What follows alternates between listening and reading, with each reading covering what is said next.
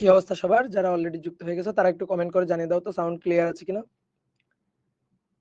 যারা অলরেডি যুক্ত হয়ে গেছে তারা একটু কমেন্ট করে জানিয়ে দাও তো সাউন্ড ক্লিয়ার আছে কিনা। ওকে, ঠিক আছে।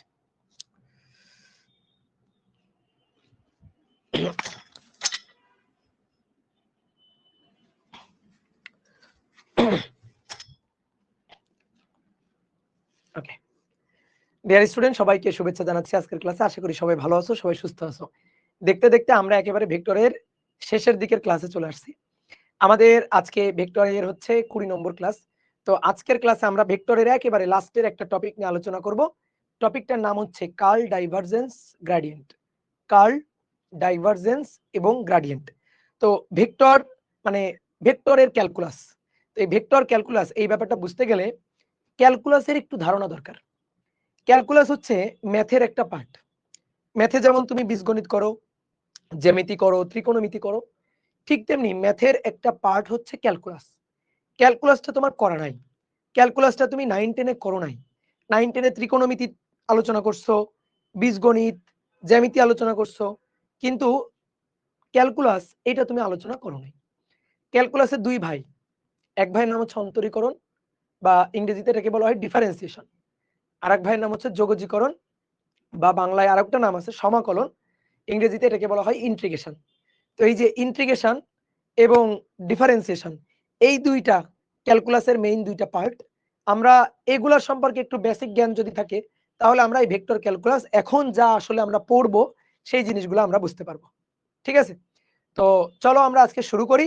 যেহেতু তোমাদের ধরো ক্যালকুলাসের বেসিক, অনেকের হয়তো ক্যালকুলাসের বেসিক পড়া আছে, তোমরা যে জায়গায় তুমি ম্যাথ পড়ো, ম্যাথ টিচার তোমাদের ধরো অনেককে ম্যাথ টিচার মানে ম্যাথ তুমি যেখানে পড়ো ম্যাথের অনেক টিচার ধরো তোমাদের প্রথম থেকে ক্যালকুলাসের বেসিক একটু হালকা পাতলা পড়ায় দেয়। আর ক্যালকুলাসের যে হালকা পাতলা বেসিক যেটা আমাদের ফিজিক্স পড়তে লাগবে, সেটার জন্য তোমাদের আমি প্রথম দিকে একটা জিনিস বলছিলাম যে পদার্থবিজ্ঞান পাঠ প্রস্তুতি পর্ব, এটা নামে ইউটিউবে আমার একটা প্লেলিস্ট আছে। তোমাদের যদি শর্ট কোর্স না হয়ে ধরো ফুল কোর্স না হয়ে যদি শর্ট কোর্স হইতো না, তাহলে ক্যালকুলাসের বেসিকটা আমি মেইন ক্লাসের মধ্যেই পড়াইতাম। কিন্তু আমাদের তো আসলে ফুল কোর্স, সিলেবাসটা অনেক বড়। তো আমাদের যদি ক্যালকুলাসের বেসিকটা আবার পড়াইতে হয় এখানে মূল ক্লাসের সময় নষ্ট করে, তাহলে সেই ক্ষেত্রে একটু সিলেবাস শেষ করতে গিয়ে কিন্তু একটু টানাপোড়েন বেঁধে যাবে। তো এই কারণে আমরা এবার আর কিন্তু ওই ক্যালকুলাসের ওই বেসিক ওই অংশটা কিন্তু পড়াচ্ছি না। এটা তোমাকে পড়ানোর দায়িত্ব হচ্ছে ম্যাথের টিচারের। ম্যাথের টিচার যখন তোমাকে ডিফারেন্সিয়েশন, ইন্টিগ্রেশন পড়াবে তখন কিন্তু সে তোমাকে বেসিক ক্যালকুলাসের ব্যাপার স্যাপার সবকিছুই পড়াই দিবে। আমাদের ফিজিক্স পড়তে গিয়ে ফিজিক্সের প্রত্যেকটা অধ্যায়ে ক্যালকুলাসের বেসিক জ্ঞান লাগবে। তোমার ম্যাথের পুরো ক্যালকুলাস শেষ করে আসতে হবে এমনটা না, জাস্ট ক্যালকুলাসের বেসিক ধারণাটা থাকা লাগবে যে ক্যালকুলাস কি, ক্যালকুলাস কেন, কি করে এটা দিয়ে, এটার সুবিধাটা কি, এটার সূত্রটা কি, জাস্ট এইটুকু আমাদের একটু জানতে হবে। তো যারা আমার ইউটিউব চ্যানেল থেকে ওই পদার্থবিজ্ঞান পাঠ্যপুস্তক পর্ব এটা লিখে সার্চ দিলে দেখবা সুন্দর একটা প্লেলিস্ট চলে আসবে। দেখবা আমার অল্প বয়সের ওখানকে 10টা ক্লাসের মতো একটা প্লেলিস্ট ওখানে দেওয়া আছে। তো ওই ক্লাসগুলো যদি তুমি করো তাহলে তোমার আর ক্যালকুলাসের বেসিক নিয়ে কোনো প্রশ্ন থাকবে না। ঠিক আছে, আর তারপরে যদি না করো তাহলে অ্যাটলিস্ট চলার মতো যতটুকু দরকার তার মতো বেসিক ধারণা আমি আজকের ক্লাসে দিব। কিন্তু যদি ওই ক্লাসগুলো করতে পারো তাহলে ভালো, মানে তোমার আর কোনো ধরনের কোনো প্রশ্ন থাকবে না। আমি যখন সামনে আজকের ক্লাসে আমি এরকম লিখবো, দেখো এই যে ডিডিএক্স ধরো এক্স স্কোয়ার, এর সূত্রটা হচ্ছে, এটাকে যদি আমরা ডিফারেন্সিয়েট করি, এই ডিডিএক্স হচ্ছে ডিফারেন্সিয়াল অপারেটর, একে যদি আমরা ডিফারেন্সিয়েট করি, ডিফারেন্সিয়েট করলে পাবো 2x। মাথার উপরে পাওয়ার যত আছে সেই পাওয়ার লাভ দিয়ে সামনেও এসে বসে যাবে, আর পাওয়ার 1 কমে যাবে। তো পাওয়ার কত আছে 2, 1 কমে গেলে কত হবে 1, তো 1 তো আর লেখার দরকার পড়ে না, তাহলে এক্স স্কোয়ার কে ডিফারেন্সিয়েট করলে হবে 2x। তো দেখো যাদের ক্যালকুলাসের বেসিক সম্পর্কে ধারণা নেই তাদের কিন্তু অনেকগুলো প্রশ্ন এখানে জাগছে। প্রশ্নটা হচ্ছে কি করলেন ভাই, এটা ডিডিএক্স কি, এটা কেন 2 সামনে নেমে আসবে তারপরে পাওয়ার 2 থেকে 1 কমে যাবে, এই সূত্র আপনি কোথায় পাইলেন, এই নিয়ম কোথায় পাইলেন, এটা করে লাভ কি, এটা করে কি হইলো, ফিজিক্স এটার কাজ কি, এরকম বহু কোশ্চেন এখানে আছে। ঠিক আছে, কথা কি বুঝছো? এরকম বহুত কোশ্চেন এখানে আছে। তো এই কোশ্চেনগুলো ধরো তোমার জাগছে, তো তোমার যদি ধরো বেসিক ধারণাটা থাকে তাহলে এই কোশ্চেনগুলো আর জাগবে না, তুমি মোটামুটি বুঝে যাবে আসলে আমরা এখানে কি কাজ করতেছি। তো যেহেতু আমাদের বেসিক অনেকেরই নাই, তো এই কারণে আমি একটু ছোট্ট করে তোমাকে একটু আলোচনা করে নিচ্ছি, ঠিক আছে? ক্যালকুলাস, ক্যালকুলাস এটার দুইটা অংশ, একটা হচ্ছে অন্তরীকরণ, যেটাকে ইংরেজিতে বলা হয় ডিফারেন্সিয়েশন, অন্তরীকরণ, আর একটা হচ্ছে যোগজীকরণ, যোগজীকরণ। এই অন্তরীকরণ দিয়ে আমরা পরিবর্তনের হার নির্ণয় করি। অন্তরীকরণ কি করে? পরিবর্তনের হার, পরিবর্তনের রেট নির্ণয় করে, নির্ণয় করে, বা বলতে পারো ঢাল নির্ণয় করে, ঢাল। অন্তরীকরণ দিয়ে আমরা ঢাল নির্ণয় করি। আশা করি ঢাল সম্পর্কে তোমার আইডিয়া আছে, 9 তে তুমি ঢাল পড়ছো। তো অন্তরীকরণ কাজ হচ্ছে পরিবর্তনের হার বা ঢাল নির্ণয় করা। অন্তরীকরণের একটা খুব জনপ্রিয় সূত্র যেটা আমাদের লাগবে, অন্তরীকরণ অপারেটরটা হচ্ছে ডিডিএক্স। এটা হচ্ছে অপারেটর, ডি বাই ডিএক্স পড়বো না, আমরা পড়বো ডিডিএক্স, ঠিক আছে? এটা হচ্ছে অন্তরীকরণের অপারেটর, মানে এটা দেখলে আমরা বুঝবো যে এরপরে যা থাকবে তাকে অন্তরীকরণ করতে হবে। যেমন যোগ হচ্ছে একটা অপারেটর, যোগের নিজস্ব কোনো অর্থ নাই, যোগের সামনে 2 আর পিছনে 3 বসলে ফলাফল হয় 5, ঠিক আছে? বিয়োগ, গুণ, ভাগ এগুলা এক একটা অপারেটর। ঠিক তেমনি ডিডিএক্স এটা হচ্ছে একটা অপারেটর, এটাকে বলা হয় ডিফারেন্সিয়াল অপারেটর। এবার ডিডিএক্স ধরো এখানে x to the power N, তাহলে কাকে অন্তরীকরণ করা? X to the power N, x to the power N এটাকে অন্তরীকরণ করা। কার সাপেক্ষে? কার সাপেক্ষে? এক্স এর সাপেক্ষে, যে নিচে যে আছে তার সাপেক্ষে, এক্স এর সাপেক্ষে x to the power n কে অন্তরীকরণ করা। এর সূত্রটা হচ্ছে, ঠিক আছে, সূত্রটা কোত্থেকে আসলো? ম্যাথের টিচারকে জিজ্ঞেস করবা। এর সূত্রটা হচ্ছে পাওয়ার কত আছে? এন, তাহলে এন সামনে চলে আসবে, আর তারপরে পাওয়ার এন থেকে 1 কমে যাবে। তাহলে পাওয়ার ছিল কত? এন, এন থেকে 1 কমে গিয়ে হবে এন মাইনাস 1। এইটাই হচ্ছে আমাদের অন্তরীকরণের সূত্র, বুঝছো? অন্তরীকরণের সূত্র। যোগজীকরণ কি করে? যোগজীকরণ সমষ্টি নির্ণয় করে, সমষ্টি নির্ণয় করে। ইন্টিগ্রেশন, যোগজীকরণ, সমাকলন, এর কারণে এর নাম হচ্ছে সমাকলন, সমষ্টি নির্ণয় করে। বুঝতে পারছো? ওই যে মাঝে একটা জিনিস ভাইরাল হলো না খুব, এই যে root tan x, root tan x এর যোগজীকরণ, এই যে ইন্টিগ্রেশন, এটা খুব ভাইরাল হলো না, যে রুট ট্যান এক্স এর অন্তরীকরণ করো, তো এই যে মানে সরি যোগজীকরণ করো, তো সেই এই যোগজীকরণ। তো যোগজীকরণ হচ্ছে সমষ্টি নির্ণয় করে, বা জ্যামিতিক ভাবে যদি বলি তাহলে ক্ষেত্রফল নির্ণয় করে, ক্ষেত্রফল নির্ণয় করে। ক্ষেত্রফল নির্ণয় করার জন্য আমাদের লাগবে হচ্ছে যোগজীকরণ। এবার যোগজীকরণের একটা খুব বিখ্যাত সূত্র আছে। যোগজীকরণ অপারেটর হচ্ছে এটা, এই যে লম্বা এই যে চিহ্নটা দেওয়া হয়েছে না, লম্বা এস এর মতো বাঁকানো চিহ্ন, এটা হচ্ছে যোগজীকরণ অপারেটর। ডিডিএক্স হচ্ছে অন্তরীকরণ অপারেটর, আর এই যে লম্বা বাঁকানো চিহ্নটা এস এর মতো, এটা হচ্ছে যোগজীকরণ অপারেটর। এবার x to the power n, আমি আগে x to the power n কে অন্তরীকরণ করছি, ওকে? এবার x to the power n কে কি করব? যোগজীকরণ করব। তুমি জাস্ট আমার কথাগুলো শোনো, সব বুঝে যাবা, ঠিক আছে? জাস্ট আমার কথাগুলো শোনো, সব বুঝে যাবা। তাহলে x to the power N একে যদি আমরা এক্স এর সাপেক্ষে কি করি? যোগজীকরণ করি। এই চিহ্ন দিয়ে কি বুঝাবো? যোগজীকরণ বুঝাবো। কার সাপেক্ষে? ডিএক্স, অর্থাৎ এক্স এর সাপেক্ষে। তাহলে এর সূত্রটা হবে x to the power N plus 1। আগে কি হয়েছিল? পাওয়ার সামনে এসে গিয়ে পাওয়ার 1 কমে গেছিল, এবার উল্টা রকম পাওয়ার 1 বেড়ে যাবে এবং সেই পাওয়ার গুণ হবে। দেখো আগে সামনে গুণ ছিল না, এবার গুণ হবে না, সেই পাওয়ারটা দিয়ে নিচে ভাগ হবে। বোঝা গেল? আরেকবার বলতেছি, যোগজীকরণ যখন করব পাওয়ার কত? এন, তাহলে পাওয়ার 1 বেড়ে যাবে এবং সেই পাওয়ারটা দিয়ে ভাগ হবে। বুঝছো? সুন্দর করে বাংলা বলো, দেখো বাংলা বলতে বলতে মুখস্থ হয়ে যাবে। যোগজীকরণ করলে পাওয়ার 1 বেড়ে যাবে, সেই পাওয়ারটা দিয়ে ভাগ হবে। বলো আমার সাথে একবার বলো, যোগজীকরণ করলে পাওয়ার 1 বেড়ে যাবে এবং পাওয়ারটা বেড়ে যা হবে সেই পাওয়ারটা দিয়েই ভাগ হবে। আর অন্তরীকরণ করলে পাওয়ার সামনে আসবে, তারপরে পাওয়ার 1 কমে যাবে, পাওয়ার সামনে আসবে, দেন পাওয়ার 1 কমে যাবে। কথা বুঝছো? ঠিক আছে? তো এই হচ্ছে আমাদের দুইটা সূত্র। তো এই দুইটা সূত্র আমাদের লাগবে অন্তরীকরণ করতে, এটা যোগজীকরণ করতে এটা। ভাই সূত্র পাইছেন কোথায়? সূত্র আমরা ম্যাথের বই থেকে চুরি করে নিয়ে আসছি আপাতত। তোমাকে তোমার ম্যাথের টিচার যখন অন্তরীকরণ যোগজীকরণ বুঝাবে তখন এই সূত্রের আদ্য প্রান্ত কোত্থেকে কেমনে কিভাবে আসলো সবকিছু দেখাই দিবে। আমরা ফিজিক্সে অন্তরীকরণ যোগজীকরণের যে কাজটুকু করি আর কি, মানে যতটুকু আমাদের লাগে সেই সম্পর্কে এবার তোমার একটু ধারণা দেওয়ার আমি চেষ্টা করি। তুমি আমাকে ঢাল নির্ণয় করে দিবা। ঢাল সম্পর্কে তো তোমার আইডিয়া আছে, তাহলে তুমি আমাকে ঢাল নির্ণয় করে দিবা। আসো, একটু আগে আমি কি লিখছি ওটা ভুলে যাও, একটু আগে কি লিখছি ওটা এখন আর মনে করতে হবে না। তুমি এবার আসো, আমরা ছোটবেলায় চলে যাই, ছোটবেলায় 9 10 চলে যাই। আমি তোমাকে বললাম যে y = 2x, এই যে এই রেখা, আমি জানি না এটা কেমন রেখা, সরল রেখা না বক্ররেখা জানি না, আমি তোমাকে বললাম এর ঢালটা আমাকে নির্ণয় করে দাও। তো ঢাল কি বলো তো, ঢাল কাকে বলে? ঢাল কাকে বলে? এক্স অক্ষের একক পরিবর্তনে ওয়াই অক্ষের যতটুকু পরিবর্তন হয় সেটাকেই ঢাল বলে। এক্স অক্ষের একক পরিবর্তনে ওয়াই অক্ষের যতটুকু পরিবর্তন হয় সেটাই হচ্ছে ঢাল। অথবা অনেকে বলতে ভাই আমরা তো ছোটবেলায় শিখছি কোন সরল রেখা এক্স অক্ষের ধনাত্মক দিকের সাথে যে কোণ তৈরি করে সেই কোণের ট্যানজেন্টকে ঢাল বলে। হ্যাঁ, কথা সত্য তো, এক্স অক্ষের ধনাত্মক দিকের সাথে যে কোণ তৈরি করে সেই কোণের ট্যানজেন্টকে ঢাল বলে। সেটাই এক্স অক্ষে একক পরিবর্তনে ওয়াই অক্ষের যতটুকু পরিবর্তন, দুটো একই জিনিস, দুটোই ঢাল, কোনো সমস্যা নেই। আসো আমি তোমাকে করে দেখাই। y = 2x এই রেখাটা কেমন হবে? আমি যদি এই রেখাটা কেমন হবে এটা বোঝার জন্য কয়েকটা বিন্দু নির্ধারণ করি। অনেকে বলে ভাই এটা সরল রেখা হবে, আপনি জানেন না? না আমি জানি না। আমি দেখি, আমি কয়েকটা বিন্দু নির্ধারণ করি।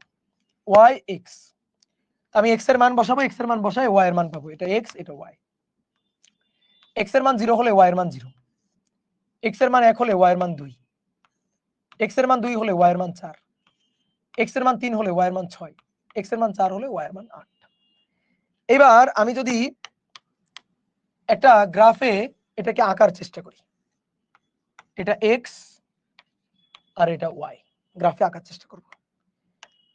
x এর মান যখন 0 y তখন 0 0 0। এরপরে x এর মান 1 y এর মান 2, x 1 y y বাড়বে 2 বাড়বে 2।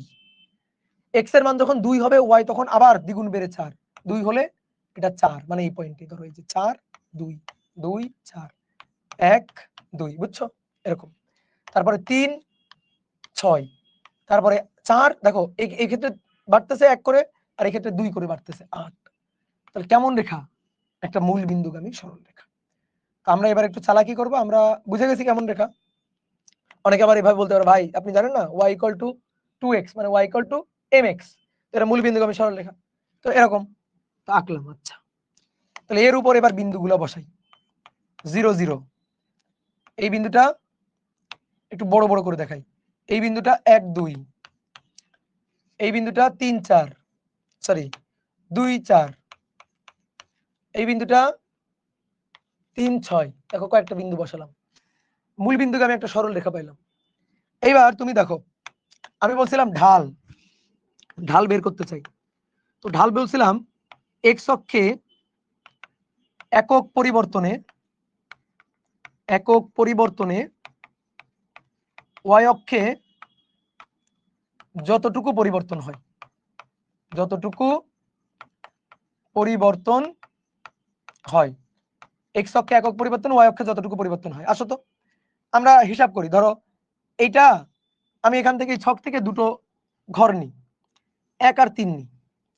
1 থেকে 3, এক্স এর পরিবর্তন 1 থেকে 3, তাহলে এক্স এর পরিবর্তন 1 থেকে 3 অর্থাৎ 3 বিয়োগ 1।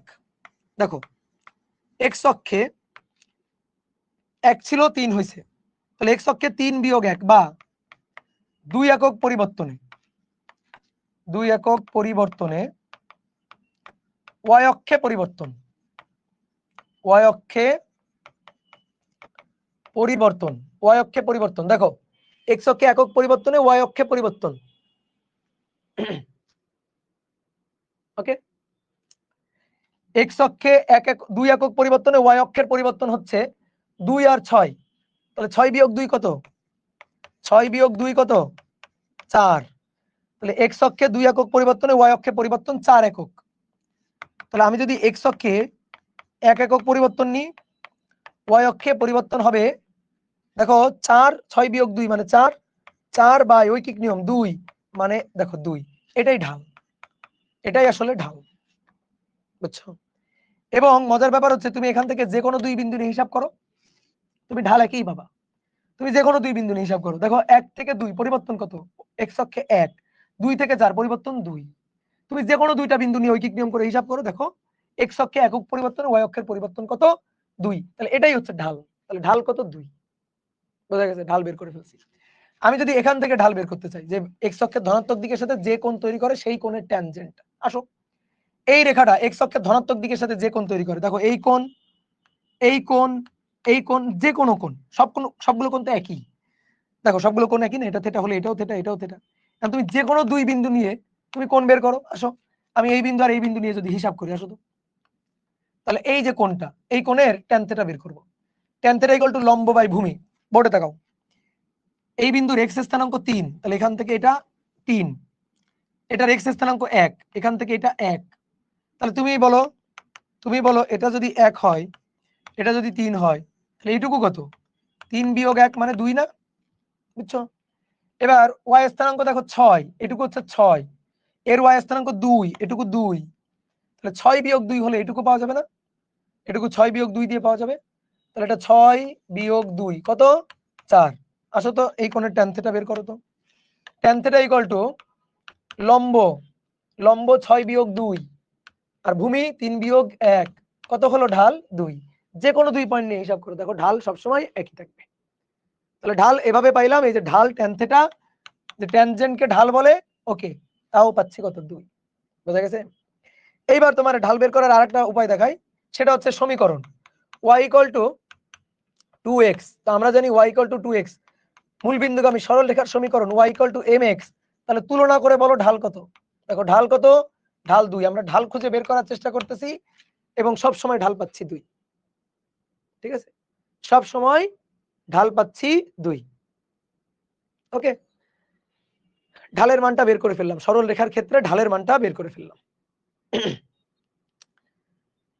এবার দেখো এই ক্ষেত্রে সরল রেখার ঢাল সকল বিন্দুতে একই। এই সরল রেখার জন্য আমরা ঢাল বের করছি এবং ঢাল সব সময় একই পাইছি, তাই না? পাইছি না? সরল রেখার ক্ষেত্রে ঢাল একই হবে, সব সময় ঢাল একই হবে। দেখো এটা একটা সরল রেখা, এক্স অক্ষ, ওয়াই অক্ষ। ধরো একটা সরল রেখা, মূল বিন্দুগামী হোক বা না হোক কোনো সমস্যা নেই, যে কোনো পয়েন্ট। আমি যদি বলি এই পয়েন্টে ঢাল কত, তাহলে এই পয়েন্টে এক্স অক্ষের সমান্তরাল রেখা এঁকে দেখো কোণ থিটা। এই পয়েন্টে ঢাল কত? এক্স অক্ষের সমান্তরাল সরল রেখা আঁকো, কোণ থিটা। এই পয়েন্টে ঢাল কত? এক্স অক্ষের সমান্তরাল সরল রেখা আঁকো, দেখো কোণ থিটা। এই পয়েন্টে ঢাল কত? থিটা। বলো এই থিটা, এই থিটা, এই থিটা সব একই না? তাহলে কোণ থিটা সব বিন্দুতে একই। এক্স অক্ষের ধনাত্মক দিকের সাথে কোণ থিটা সব বিন্দুতে একই। তাহলে সব বিন্দুতে একই হলে ট্যান থিটাও একই, ট্যান থিটাও হবে একই। আর এই ট্যান থিটার কিন্তু ঢাল এম, এই যে ট্যান থিটা এটাই তো ঢাল। তাহলে এম ট্যান থিটা ঢাল সর্বদা সকল বিন্দুতে একই। ঠিক আছে? কার জন্য? সরল রেখার জন্য। এটা কিন্তু সরল রেখা, তাহলে এটা কিন্তু সরল রেখার জন্য। তাহলে এই কথাটা আমরা বলতে পারি কিনা বলো? সরল রেখার জন্য ঢাল সরল রেখার প্রত্যেকটা বিন্দুতেই। আমি যদি বলি x ইকুয়াল টু 1 এ কত, এই যে যখন x এর মান, ভালো করে দেখো, x এর মান কত? 1, তখন ঢাল কত? 2। যখন x এর মান 2, তখন ঢাল কত? তখন ঢাল কত? 2। বুঝছো? এই যে এটা x1, এটা x2 আর কি, এরকম। দেখো আমাদের এই যে স্থানাঙ্কটা, এই যে 2 1 2, এটা x1 y1। আর এই বিন্দুটাকে যদি বলি x2 y2, তুমি ঢালের 9 10 আরেকটা সূত্র শিখছো। দেখো ঢাল আরো একটা ভাবে বের করতেছি, 3 ভাবে 4 ভাবে ঢাল বের করছি। ঐকিক নিয়ম, x অক্ষে একক পরিবর্তনে y অক্ষের কতটুকু পরিবর্তন, তারপরে ট্যান থিটা, তারপরে সূত্র মানে মিলানো, সূত্র মিলায়ে আমরা অনুরূপভাবে মিলায়ে আমরা ঢাল বের করছি, তুলনা করে ঢাল বের করছি। এবার ঢাল বের করার আরেকটা উপায়, তুমি 9 10 এ বাংলায় পড়ছিলা, উপরে হবে কোটিদ্বয়ের অন্তর আর নিচে হবে ভুজদ্বয়ের অন্তর। যে কোনো দুই বিন্দু নিয়ে হিসাব করো, দেখো সরল রেখার ক্ষেত্রে ঢাল সেমই আসবে। কোটিদ্বয়ের অন্তর 6 বিয়োগ 2, ভুজদ্বয়ের অন্তর 3 বিয়োগ 1, 3 বিয়োগ 1, দেখো ঢাল কত 2। এবং মজার জিনিসটা কি জানো, সব জায়গায় আমি এই জিনিসটাই করছি, সব জায়গায়। দেখো ওই যে 6 বিয়োগ 2 নিচে 3 বিয়োগ 1, এখানে দেখো 6 বিয়োগ 2 3 বিয়োগ 1, এখানেও তাই, দেখো 6 বিয়োগ 2 ভাগ 3 বিয়োগ 1, এই যে 3 বিয়োগ 1 দিয়েই তো ভাগ দিছি। তাহলে সব জায়গায় কি করছি আমরা, একই জিনিসই করছি। তাহলে সরল রেখার ক্ষেত্রে এই যে ঢালটা বের করে ফেলছি, সরল রেখার ক্ষেত্রে ঢাল সর্বদা একই। এইবার আসো, এবার একটু আমরা বক্ররেখার ঢাল বের করি। বক্ররেখার ঢাল বের করব। তোমাকে আমি বললাম y = x³ এর ঢাল বের করে দাও। y = x³, বলো এটা সরল রেখা না বক্ররেখা, বলো। y = x³, বক্ররেখা। সরল রেখা হলে x এর পাওয়ার 1 হয়, y এর পাওয়ার 1 হয়, পাওয়ার ঘাত। y = 2x, x এর ঘাত কত ছিল 1, y এর ঘাত কত ছিল 1, কিন্তু এবার y = x³, তাহলে এবার কি হবে, এটা বক্ররেখা, আর এই বক্ররেখার ঢালটা আমি চাই। তো কেমন বক্ররেখা হবে আগে সেইটা একটু বুঝি তো, বক্ররেখাটা কেমন হবে সেইটা একটু বুঝি। তাহলে কয়েকটা পয়েন্ট আমরা বের করি, আসো। এটা x, এটা y। x এর মান 0 হলে y এর মান 0, বসাও 0 0। x এর মান 1 হলে y এর মান 1, x এর মান 2 হলে y এর মান 8, x এর মান 3 হলে 3 এর কিউব 27, x এর মান 4 হলে 4 এর কিউব 64। বুঝতে পারছো? এই যে আমরা পয়েন্টগুলা নিলাম, নিয়ে দেখো এই যে পাইলাম। দেখি আমি এইবার একটু গ্রাফ আঁকার ট্রাই করি, তো দেখি কেমন হয়। গ্রাফ আঁকার ট্রাই করি। এটা x অক্ষ, এটা y অক্ষ। দেখো তুমি আগে আঁকবা না, 0 0 0 0, তারপরে 1 1 1 1, মানে এই পয়েন্ট। তারপরে 2 8, এখানে 2, এখানে 2 3 4 5 6 7 8 8, এই। তারপরে 3 3 হলে 27, এটা ছিল 8, এটা 16, বোর্ডের উপরে চলে গেছে, 27 উপরে চলে গেছে। তাহলে একটা কাজ করি, ধরো গ্রাফে তো আঁকতে হবে, y অক্ষকে একটু চাপাই নিয়ে আসি, তাহলে y অক্ষকে চাপাই নিয়ে আসলে তুমি ভালো করে দেখো, এই একটা বিন্দু, এই একটা বিন্দু, তারপরে এই একটা বিন্দু, এই একটা বিন্দু, এইভাবে যাবে, এইভাবে উঠে যাবে। আমরা একটা কাজ করি, y অক্ষটাকে একটু চাপাই নিয়ে আসি। তাহলে y অক্ষটাকে চাপাই নিয়ে আসলে দেখো কেমন, একটু আগে কেমন দেখলাম, এই যে এরকম হবে, তাই না? তো y অক্ষটাকে আরেকটু চাপাই নিয়ে আসি, তাহলে এটা 0 0, এটা 0 0, এটা 1 1, ঠিক আছে? তারপরে 2 8, এটা ধরো, আর 3 27, এটা এরকম পাওয়া যাবে। তাহলে এরকম একটা রেখা পাওয়া যাবে। কেমন রেখা? বক্ররেখা। কেমন রেখা? বক্ররেখা। y = x³ বক্ররেখা। কে বুঝছো? এবার আমরা চালাকি করে এর উপর এবার বিন্দুগুলো বসাই দিই। তো এইটা হচ্ছে 1 1 1 1, ঠিক আছে? এই বিন্দুটার নাম দিলাম 2 8, আর এই বিন্দুটা 2 8 টাকে আরেকটু দূরে নিই, এটাকে দিলাম 2 8, আর এই বিন্দুটা 3 27, আর 4 64 আকাশে, 4 64 বোর্ডের উপরে চলে গেছে। এইবার আসো, আমাকে ঢাল বের করে দিবা, ঢাল। আসো, তাহলে ঢালের সূত্র কি?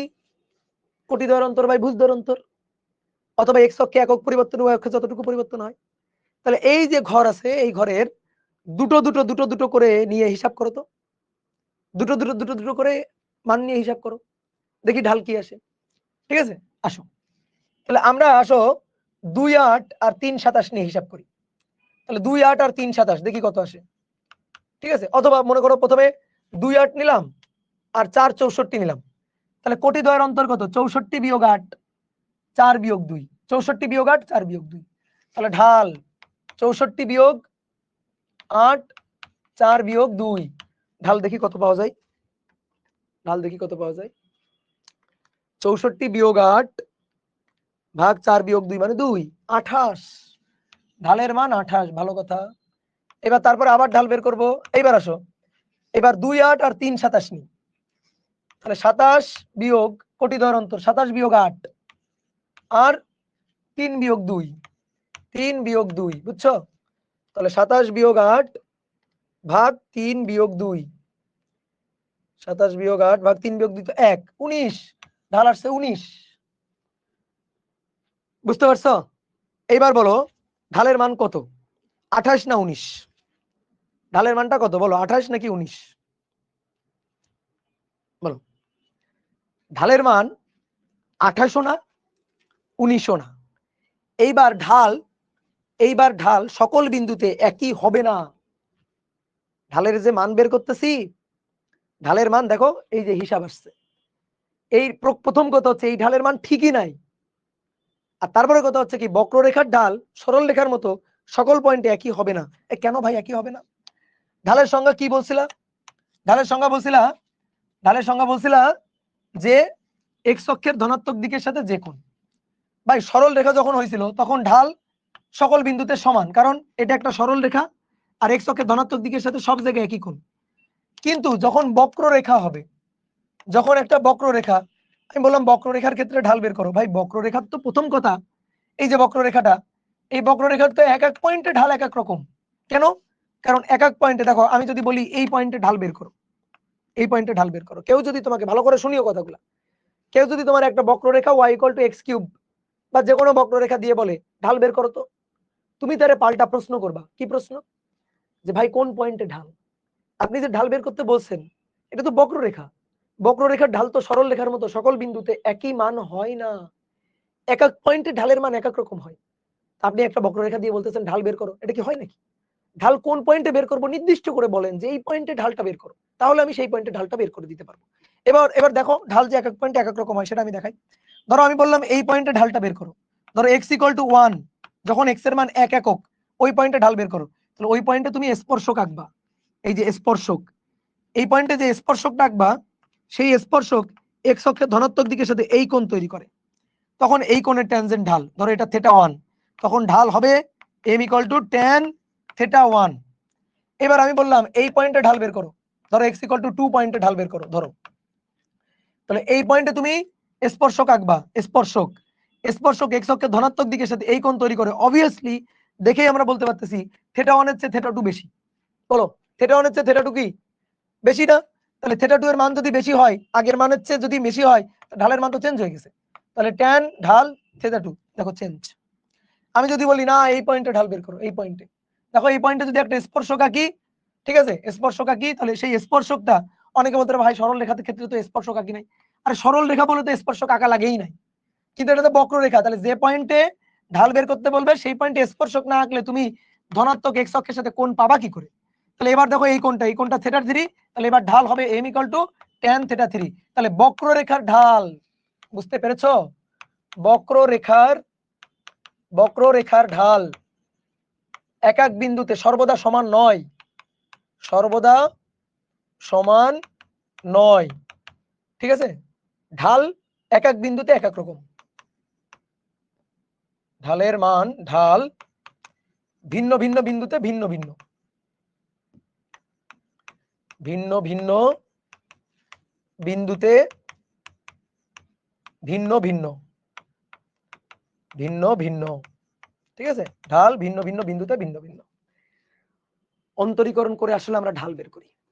অনেকে বলতে ভাই ঢাল বের করার জন্য তো tan θ আছে, tan θ লম্ব বাই ভূমি আছে, অথবা কোটিদ্বয়ের অন্তর বাই ভুজদ্বয়ের অন্তর আছে, তাহলে আবার অন্তরীকরণ কোন কাজে লাগবে? তো আচ্ছা ঠিক আছে, আছে না? তাহলে তুমি আমার ঢাল বের করে দাও।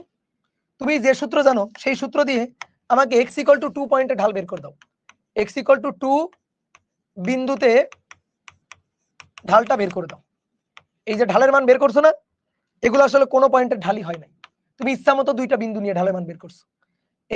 এটা তো হয় নাই, ঢালের হয় নাই, এটা ঢাল হয় নাই। আমি বললাম না x = 2 বিন্দুতে ঢাল বের করে দাও। কোথায়?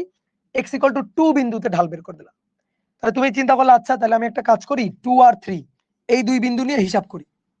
তো তুমি 2 আর 3 এই দুই বিন্দু নিয়ে হিসাব করলা ঢাল 2 আর 3। তাহলে 2 আর 3 দুই বিন্দু নিয়ে হিসাব করলে 27 বিয়োগ 8 3 বিয়োগ 2, তার মানে 19, এই যে ঢাল। এখন কথা হচ্ছে এটা কি হয়েছে কিনা? উত্তর হচ্ছে না, এটা হয় নাই, এটা হয় নাই, এই জিনিসটা এটা হয় নাই। তুমি যদি ঢাল এই 2 আর 4 এই দুই বিন্দু নিয়ে বের করতে তাহলে আসতো 28, ঠিক আছে? তুমি যদি ঢাল 2 আর 3 নিয়ে বের করো, অর্থাৎ এই দুই বিন্দু দিয়ে হিসাব করো, তাহলে আসতো 19, ওই যে উপরে আসছিল। আমাদের বলছে x = 2 বিন্দুতে ঢাল কত, x = 2 বিন্দুতে ঢাল কত, এটাকে উপরে হেডিং লিখি, x = 2 বিন্দুতে ঢাল কত, এটা আমরা চাই। তো তুমি ঢাল বের করছো, এটা হয়নি, এটা হবে না। যে ভাই আমি এই দুই বিন্দু নিয়ে হিসাব করছি 19 আসছে, এই দুই বিন্দু নিয়ে হিসাব করছি 28 আসছে। তো তুমি কি করছো দেখো, খেয়াল করো, তুমি যখন 2 আর 3 নিয়ে হিসাব করছো, তখন এই 2 আর এই 3 দূরে দূরে।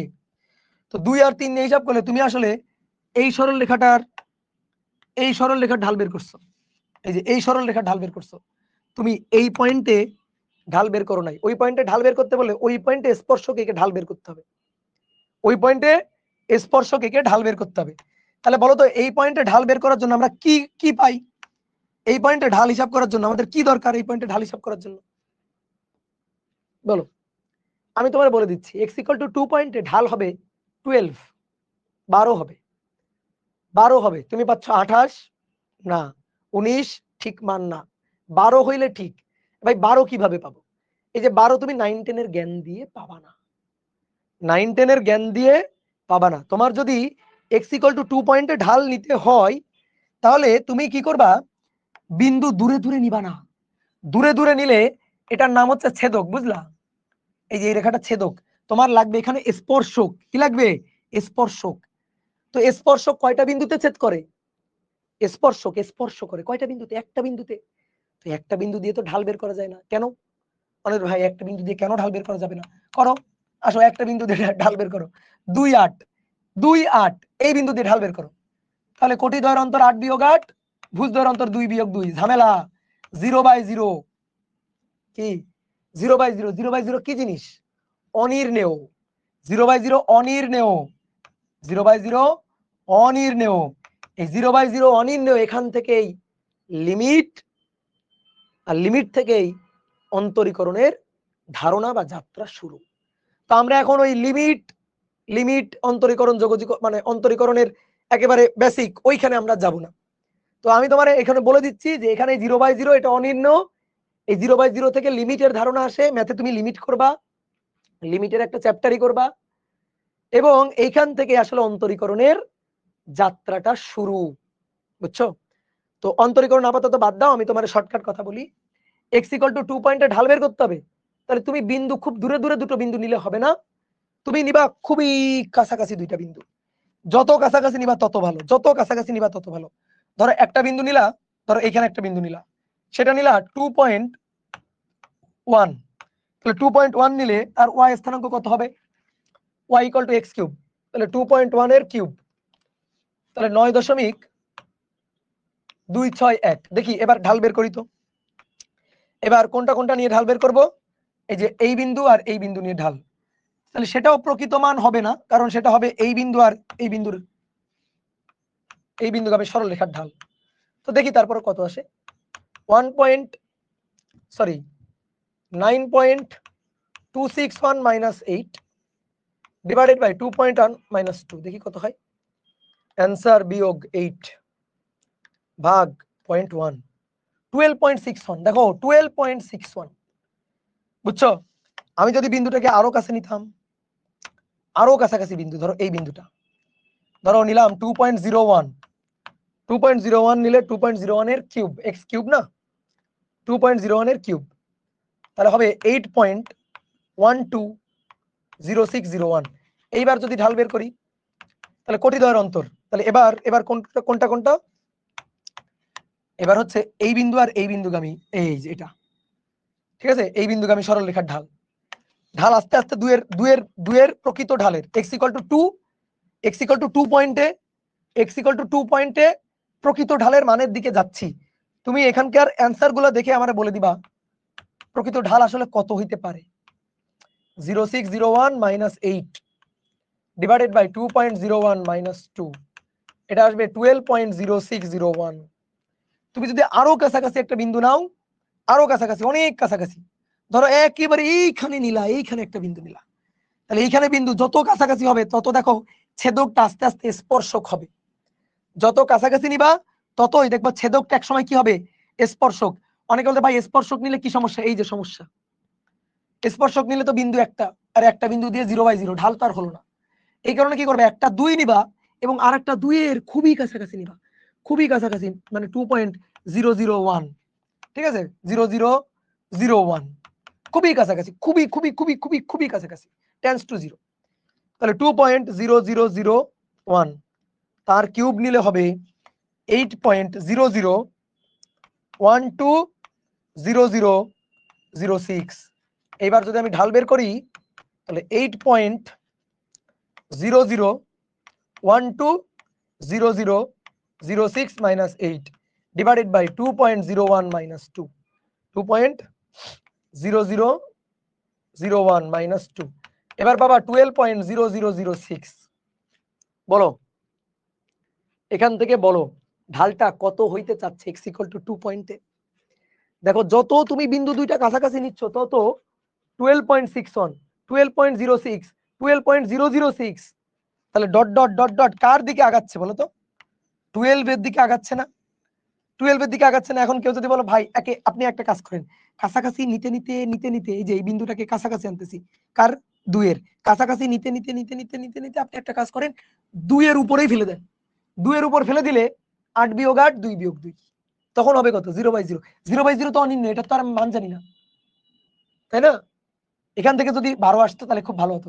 এই 0/0 আসলে একটা মুখোশ, এই মুখোশের আড়ালে এর যদি মারি, মেরে যদি মুখোশ টেনে খুলে ফেলি, তাহলে মুখোশ টেনে খুলে ফেললে দেখতে পারবো যে 12 লুকাই আছে। এই মুখোশ টেনে খোলার কাজটাই করে অন্তরীকরণ। 0/0 এর মুখোশ টেনে খুলে ফেলে কে? অন্তরীকরণ। অন্তরীকরণ করে আমি দেখবো একেবারে অ্যাকুরেট 12 পাবো। কিভাবে? অন্তরীকরণের সূত্রটা দেখো, অন্তরীকরণের সূত্রটা ddx, এই যে অন্তরীকরণ, অন্তরীকরণ দিয়ে ঢাল বের করি। ঢাল মানে কি? পরিবর্তনের হার। এই যে ঢাল মানে কি? x অক্ষের সাপেক্ষে y অক্ষের পরিবর্তন, x এর এক একক পরিবর্তনে y অক্ষের পরিবর্তন, এটাই তো আমরা ঢাল বের করলাম না? x এর এক একক পরিবর্তনে y অক্ষের পরিবর্তন, এটাই তো আমরা বের করলাম। তাহলে ddx x এর সাপেক্ষে পরিবর্তন, কার? কার পরিবর্তন? x to the power n এর পরিবর্তন। সূত্র কি? n সামনে আসবে, x to the power n minus 1 হবে। তাহলে এবার এই নিয়মটা এখানে খাটাই তো, এটা তো সূত্র ছিল, এটা অন্তরীকরণের কি ছিল? সূত্র ছিল অন্তরীকরণের। এবার এই জিনিসটা এখানে খাটাবো। তাহলে ddx কত? x cube, y equal to কত? x কিউব ছিল, তাই না? তাহলে x কিউবকে অন্তরীকরণ করলে 3x স্কয়ার, এটাই হচ্ছে অন্তরজ, মানে অন্তরীকরণের ফলাফলকে বলা হয় অন্তরজ। এই অন্তরজ করেই আমি আসলে ঢাল পাইছি, এটা আসলে ঢাল পেলাম। অনেকে ভাই কই আপনি তো 12 পেলেন না? আমি দুনিয়ার সকল বিন্দুর জন্য ঢাল পেয়ে গেছি। এই যে এটা ঢাল, তোমার কোন পয়েন্টে ঢাল লাগবে বলো আমারে? যে ভাই x ইকুয়াল টু 2 তে ঢাল লাগবে, তাহলে x ইকুয়াল টু 2 বিন্দুতে, x ইকুয়াল টু 2 বিন্দুতে ঢাল, ঢাল বা অন্তরীকরণের মান, অন্তরীকরণের ফলাফল 3, x এর মান 2, 2 এর কত? বর্গ, 2 দুগুণে 4, 3 4 12, এই যে পেয়ে গেলাম। দেখছো অন্তরীকরণ কত জরুরি জিনিস, কত উপকারী জিনিস। দেখো 12 পেয়ে গেছি। তুমি এবার যে পয়েন্টে ঢাল চাইবা, তোমার গ্রাফ আঁকা লাগবে না, যে পয়েন্টে ঢাল চাইবা, x অক্ষের একক পরিবর্তনে y অক্ষের পরিবর্তন বের করতে চাইবা, যে পয়েন্টে তুমি ঢাল চাইবা সেই পয়েন্টে তুমি ঢাল এবার পেয়ে যাবা। যে পয়েন্টে আমি যদি বলি x ইকুয়াল টু 3 বিন্দুতে ঢাল কত? ওকে, x ইকুয়াল টু 3 বিন্দুতে ঢাল হবে 3 স্কয়ার, ঠিক আছে? বোঝা গেছে? যদি x ইকুয়াল টু 4 বিন্দুতে ঢাল বলি 3 ইনটু 4 স্কয়ার, ঠিক আছে? 3 ইনটু 4 স্কয়ার, তাহলে এটা হচ্ছে 27। এই যে এটা হচ্ছে তাহলে যে কোনো বিন্দুতে তুমি ঢাল বের করতে পারবা। আমরা y ইকুয়াল টু 2x এর ঢাল বের করছিলাম, কত কত ধরনের নিয়মে বের করছিলাম দেখি আসো তো। কত ধরনের, এই যে সরল রেখার ঢাল বের করছিলাম ঐকিক নিয়ম করে, তারপরে ট্যান থিটা দিয়ে, সূত্র তুলনা করে, কোটিদ্বয় অন্তর বাই ভুজদ্বয় অন্তর দিয়ে। এবার আসো এসব ফেলে দাও। ঢাল বের করার সবচেয়ে স্মার্ট মেথড হচ্ছে অন্তরীকরণ। y ইকুয়াল টু 2x না? ঢাল নির্ণয় করতে চাই না, ঢাল নির্ণয় করতে চাই না, আসো ddx 2x, ddx 2x equal to 2 হচ্ছে ধ্রুবক। এই বলো 2 এর মান কবে 3 হবে? হবে কোনোদিন? 2 2 2 ধ্রুবক। অন্তরীকরণের মধ্যে যদি ধ্রুবক থাকে ওকে সসম্মানে বাইরে বের করে দিবা। 2 ধ্রুবক, সে সসম্মানে বাইরে থাকবে, সসম্মানে বাইরে চলে আসবে। এবার আসো x এর পাওয়ার কত আছে? ঠিক আছে, আমি দেখো একটু ভেঙে লিখতেছি। 2 কে বাইরে বের করলাম, তাহলে ভিতরে কে থাকলো? ভিতরে থাকলো শুধু x। এবার আসো, x এর পাওয়ার কত আছে? 1, তাহলে সামনে 1 আসলো, আর x এর পাওয়ার 1 থেকে 1 কমে গেল, 1 - 1 0, তাহলে 2x to the power 0, x to the power 0, কোনো কিছুর পাওয়ার 0 মানে কি 1, তাহলে ঢাল কত? 2। এই যে ঢাল 2। বোঝা গেছে? বুঝতে পারছো ঢাল কিভাবে বের করে? ঢাল কি জিনিস বোঝা গেছে? গুড। তাহলে এবার আসো, তুমি আমাকে একটা ছোট্ট ম্যাথ করে দিবা, ঠিক আছে? ছোট্ট একটা ম্যাথ করে দিবা। একটি গাড়ি s = 2t সমীকরণ অনুযায়ী চলছে। সমীকরণ অনুযায়ী চলছে। গাড়ির বেগ নির্ণয় করো। বেগ নির্ণয় করো এবং মন্তব্য করবা। বেগ নির্ণয় করার পরে দুই একটা মন্তব্য করবা। বেগটা কেমন বেগ এই সম্পর্কে একটা মন্তব্য করবা। বলো বেগ কত? গাড়ির বেগ 2 মিটার/সেকেন্ড। ভাই কিভাবে? প্রথম কথা হচ্ছে ভাই s = 2t, মানে s = vt, তাহলে v তুলনা করো, v 2। ভাই বেগ বের করা মানে সরণের পরিবর্তনের হার না? এবার খুব ভালো করে বুঝে নাও, পরিবর্তনের হার মানেই ঢাল। পরিবর্তনের হার মানেই ঢাল। তাহলে তুমি এখান থেকে পরিবর্তনের হার বের করলা, বেগ বের করলা 2 মিটার/সেকেন্ড, ঢাল বের করে ফেললা না? দেখো তো y = mx, y = 2x, ঢালই তো বের করছি আমরা। আর 2 এর সাথে অন্য কিছু আছে, ধরো এমন যদি হইতো 2t, তাহলে t এর মান 1 বসাইলে বেগ 2, t এর মান 2 বসাইলে বেগ 4, তখন বেগ হইতো অসমবেগ। এটা কেমন বেগ? এটা সমবেগ। এটা কেমন বেগ? সমবেগ। সমবেগ, ঠিক আছে? একই হারে বেগটা বাড়ছে। বেগটা প্রত্যেক সেকেন্ডে 2 2 2 2 করে বাড়ছে। প্রত্যেক সেকেন্ডে বেগের মান 2 2 করে বাড়ছে, ঠিক আছে? তাহলে বেগ হচ্ছে 2 মিটার/সেকেন্ড। বেগ হচ্ছে, সরি, বেগ 2 মিটার/সেকেন্ড করে বাড়ে নাই, বেগের মানটা ফিক্সড আছে। সরি, বেগ 2 মিটার/সেকেন্ড করে বাড়ে নাই, সরি, তাহলে তো ত্বরণ হয়ে যাবে। বেগ ফিক্সড আছে, বেগ কনস্ট্যান্ট আছে। বেগের মান প্রত্যেকটা মুহূর্তেই কত? প্রত্যেকটা মুহূর্তেই হচ্ছে 2 মিটার/সেকেন্ড। সরণ প্রত্যেক সেকেন্ডে 2 মিটার 2 মিটার 2 মিটার করে বাড়ছে সরণ, ঠিক আছে? প্রথমে আমি একটু ভুল বলে ফেলছিলাম। সরণ প্রত্যেক সেকেন্ডে 2 মিটার করে বাড়ছে। দেখবা সরণ যে প্রত্যেক সেকেন্ডে 2 মিটার করে বাড়ছে, দেখতে চাও? দেখো এই যে এটা t, এটা s, t0 s ও 0, বসো, t0 s0, t1 s2, t2 2, 2 দুগুণে 4। তাহলে দেখো প্রত্যেক সেকেন্ডে 1 সেকেন্ড হইছে, সময় 1 সেকেন্ড বাড়ছে। 1 সেকেন্ড বাড়লে সরণ 2 মিটার করে বাড়ছে। পরে দেখো 3, 2 থেকে 3 হইছে, 4 ছিল, হয়ে গেছে 6 মিটার। 4 থেকে 8 হইছে, 3 থেকে 4 হইছে, এবার 4 হইলে এটা হইছে 8, আরো 2 মিটার বাড়ছে। তাহলে প্রত্যেক সেকেন্ডে দেখো 2 মিটার 2 মিটার 2 মিটার করে বাড়ছে। বুঝা গেছে? তাহলে বেগের মান ফিক্সড। এইবার দেখো এই জিনিসগুলো যদি তোমার এখন করতে হয়, তুমি এখন বড় হইছো, তুমি এখন জানো যে ও আচ্ছা, এভাবে তুমি চিন্তা করবে, এইভাবে, ঠিক আছে? মাথায় হাত দিয়ে চিন্তা করবে, আচ্ছা সরণের সমীকরণ দেওয়া আছে, তো সরণ কার উপর নির্ভরশীল? সরণ সময়ের উপর নির্ভরশীল। সরণ সময়ের উপর নির্ভরশীল। তাহলে সরণের মান চেঞ্জ হয় কেন? টি এর মান চেঞ্জ করলে সরণের মানটা চেঞ্জ হয়। টি এর ভিন্ন ভিন্ন মানের জন্য সরণের ভিন্ন ভিন্ন মান হবে। তাহলে সরণ সময়ের উপর নির্ভর করতেছে। সরণের পরিবর্তনের হারই হচ্ছে বেগ। আর পরিবর্তনের হার বের করা মানেই তো ঢাল বের করা। তো পরিবর্তনের হার বের করা বা ঢাল বের করার আমরা একটা স্মার্ট নিয়ম শিখছি, কি? অন্তরীকরণ। তাহলে তুমি তখন কি করবা? বেগ ভি। এবার দেখো এই যে ফিজিক্সে কোন কাজে অন্তরীকরণ আমাদের লাগে, প্র্যাকটিক্যাল আমি দুইটা উদাহরণ তোমার এখন দেখাচ্ছি। যে বেগ ভি, ভি হচ্ছে সময়ের সাপেক্ষে, দেখো সময়ের সাপেক্ষে সরণের পরিবর্তনের হার। বেগ ভি সময়ের সাপেক্ষে সরণের পরিবর্তনের হার। তাহলে ডিডিটি, এই যে নিচে যে থাকবে, দেখো এখানে যে থাকবে তার সাপেক্ষে, সময়ের সাপেক্ষে। সরণের সমীকরণ কত ছিল? 2t। তুমি আগে x এর সাপেক্ষে করছো, তাই না? তাহলে এবার হচ্ছে সেম জিনিস টি এর সাপেক্ষে। 2 ধ্রুবক সসম্মানে বাইরে যাবে, ডি ডিটি টি, টি এর পাওয়ার 1। তো টি কে টি এর সাপেক্ষে, তো এমনি বোঝা যায় টি কে টি এর সাপেক্ষে, টি এর সাপেক্ষে পরিবর্তন কত, টি এর সাপেক্ষে পরিবর্তন 1 একক, বা 2 টি এর পাওয়ার কত 1, সামনে 1, টি পাওয়ার 1 আছে, 1 - 1 0, তো টি টু দি পাওয়ার 0 মানে 0, তাহলে 2 মিটার পার সেকেন্ড। বুঝছো? তুমি যখন বড় হয়ে যাবা, এই যে আর মনে করো দুইটা ম্যাথ করলে তুমি বড় হয়ে যাবা, তখন তুমি এভাবে লিখবা যে ডিডিটি অফ 2t, ওকে, তাহলে 2 বাইরে আসলো, টি কে টি এর সাপেক্ষে করলে 1, 2 মিটার পার সেকেন্ড, এটাই হচ্ছে বেগ। শেষ। তুমি যখন আরেকটু বড় হয়ে যাবা তখন এটা করে ফেলবা। ওকে, ক্লিয়ার? তাহলে এই যে এই ডি মানে এটা হচ্ছে ডিফারেনশিয়াল অপারেটর, পরিবর্তনের হার। বুঝতে পারছো? এটা মানে ডিফারেনশিয়াল অপারেটর মানে পরিবর্তনের হার বোঝাচ্ছে। সরণকে সময়ের সাপেক্ষে কি করলে, এই যে সময়ের সাপেক্ষে কি করলে, অন্তরীকরণ করলে, এই আহাম্মকি করিও না কিন্তু ভাই, ডি আর ডি কাটা, আসেন ডি আর ডি কেটে দিই, এই আহাম্মকি করিও না কিন্তু, এটা একটা অপারেটর।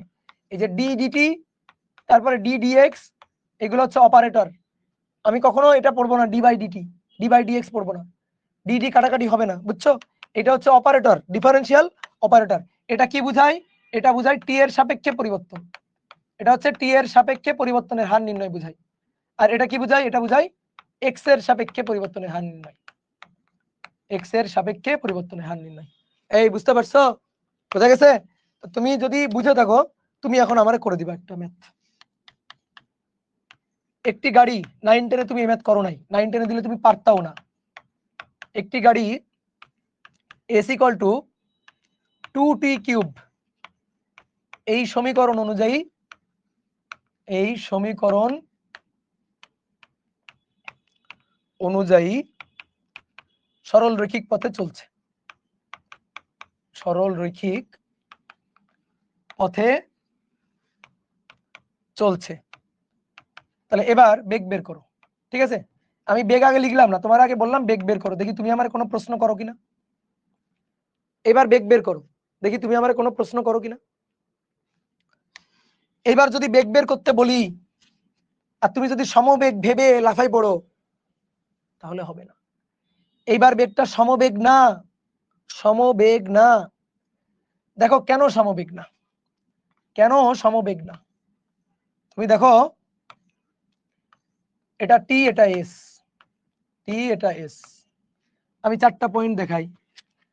টি এর মান 0 হলে এস এর মান 0, টি এর মান 1 হলে এস এর মান 2, টি এর মান 2 হলে 2 কিউব মানে 8, 8 দুগুণে 16, 16, টি এর মান 3 হলে 3 এর কিউব 27 গুণ 2 গুণ 2 54। ওকে, এবার আমি যদি বলি বেগ বের করো, তো অনেকে আহাম্মকি করে বেগ বের করবে, যে বেগ বের করি যে ভাইয়া শিখাইছে সরণের পরিবর্তন 9 10-এ শিখছি, del s by del t, এটাই হচ্ছে বেগ। তাহলে আমরা একটা কাজ করি, বেগ বের করব, কয়টা বিন্দু আছে? 4টা বিন্দু। তাহলে আসো 2টা বিন্দু নিই, একবার এটা নিই আর এটা নিই, আর একবার এটা নিই আর এটা নিই। ঠিক আছে, বা যে কোনো 2টা বিন্দু নিই, নিয়ে হিসাব করি। তাহলে আসো আমরা হিসাব করি, দেখি দেখি একবার এক একটা নিয়ে হিসাব করি। তো প্রথমে আসো 2 আর 16 নিয়ে হিসাব করি। তাহলে 16 বিয়োগ 2 আর 2 বিয়োগ 1, তাহলে 16 বিয়োগ 2 কত? 14, 14 মিটার পার সেকেন্ড। এই যে বেগের মান 14 মিটার পার সেকেন্ড, বেগের মান 14 মিটার পার সেকেন্ড। তারপরে কেউ যদি বলে না ভাই আমি 2 আর 54 এটা নিয়ে হিসাব করব, তাহলে 54 বিয়োগ 2 আর 3 বিয়োগ 1, 54 বিয়োগ 2 3 বিয়োগ 1, তাহলে 54 বিয়োগ 2 ভাগ 3 বিয়োগ 1 2, কত? 26 মিটার পার সেকেন্ড। বলো বেগের মান কোনটা সঠিক? বেগের মান কোনটা সঠিক? বলো বলো বলো, কোনটা সঠিক? এটা সঠিক হবে? এটা সঠিক হবে? নো, এটা বেগের সঠিক মান হবে না, এটা বেগ হবে না, ভুল। কেন এবার এটা হলো না কেন? আগে তো এটা হইতো, আগে হইতো কারণ সমবেগ ছিল তাই হইতো। এবার তো বেগটা সমবেগ না, এবার বেগটা সমবেগ না, ফিক্সড মান না। দেখো প্রত্যেক সেকেন্ডে সরণের মান সেম নাই। প্রথমে 1 সেকেন্ডে সরণের মান 2, পরের 1 সেকেন্ড 1 থেকে 2 হয়েছে, সরণের মান 14 মিটার বেড়ে গেছে। তারপরে 2 থেকে 3 হয়েছে, সরণের মান 16 থেকে 54 হয়ে গেছে। হলো? হলো না। তাহলে এবার প্রশ্নটা আগে ঠিক করতে হবে। বেগের মান দেখো এবার সব পয়েন্টে সমান না, সমবেগ না, বেগের মান এক এক পয়েন্টে এক এক রকম। তাহলে প্রশ্ন কি করব? প্রশ্ন হচ্ছে যে কোনো একটা নির্দিষ্ট মুহূর্তে বেগ, ধরো আমি বললাম টি = 2 সেকেন্ডে বেগ কত। তো তো তুমি t = 2 সেকেন্ডে বেগ বের করবা। t = 2 সেকেন্ডে বেগ, তাহলে t = 2 সেকেন্ডে বেগ মানে 2 সেকেন্ড এবং 2 এর খুবই খুবই খুবই খুবই খুবই খুবই কাছাকাছি একটা বিন্দু নিয়ে হিসাব। তাহলে আমি t = 2 সেকেন্ডে বেগ বের করতে পারবো কিভাবে? এই যে এভাবে, এখানে নিব t, এখানে নিব s। তাহলে t = 2 সেকেন্ড, 2 নিলে 16 আর নিব 2.0001, 2.0001, তাহলে 2.0001 তার কিউব গুণ 2, 16.0024 0012। এইবার টি এর দেখো, যেহেতু 2 সেকেন্ডে বলছে, তাহলে 2 সেকেন্ড আর 2 এর খুবই কাছাকাছি একটা। অনেকে বলে ভাই আপনি একটা কাজ করেন, 2 সেকেন্ড আর 2 সেকেন্ডই নেন, একই বিন্দু দুইবার নেবেন, একই বিন্দু দুইবার নিয়ে বেগ হিসাব করতে গিয়ে যে সমস্যাটা হবে, 2 16 2 16, তাহলে কোটি দ্বয়ের অন্তর 16 বিয়োগ 16, ভুজ দ্বয়ের অন্তর 2 বিয়োগ 2, ঝামেলা 0/0 হলো না তো, 0/0 তো অনির্ণয়। তাহলে আমি 2 নিব আর 2 এর খুবই কাছাকাছি একটা বিন্দু নিব, এই 0/0 এই মুখোশের আড়ালে কে আছে সেটা এখান থেকে বের করতে পারবো। তাহলে v = 16.00240012 বিয়োগ 16 ভাগ 2.0001 বিয়োগ 2, বলো তো কত? কত? 24.0012। তার মানে এটা আসলে কত হইতে যাচ্ছে? 24 হইতে যাচ্ছে। তাহলে বেগের মান আসলে ওই পয়েন্টে x = যখন 2 তখন বেগের মান 24 মিটার পার সেকেন্ড। বাট এখান থেকে আমি প্রকৃত মান পাই নাই।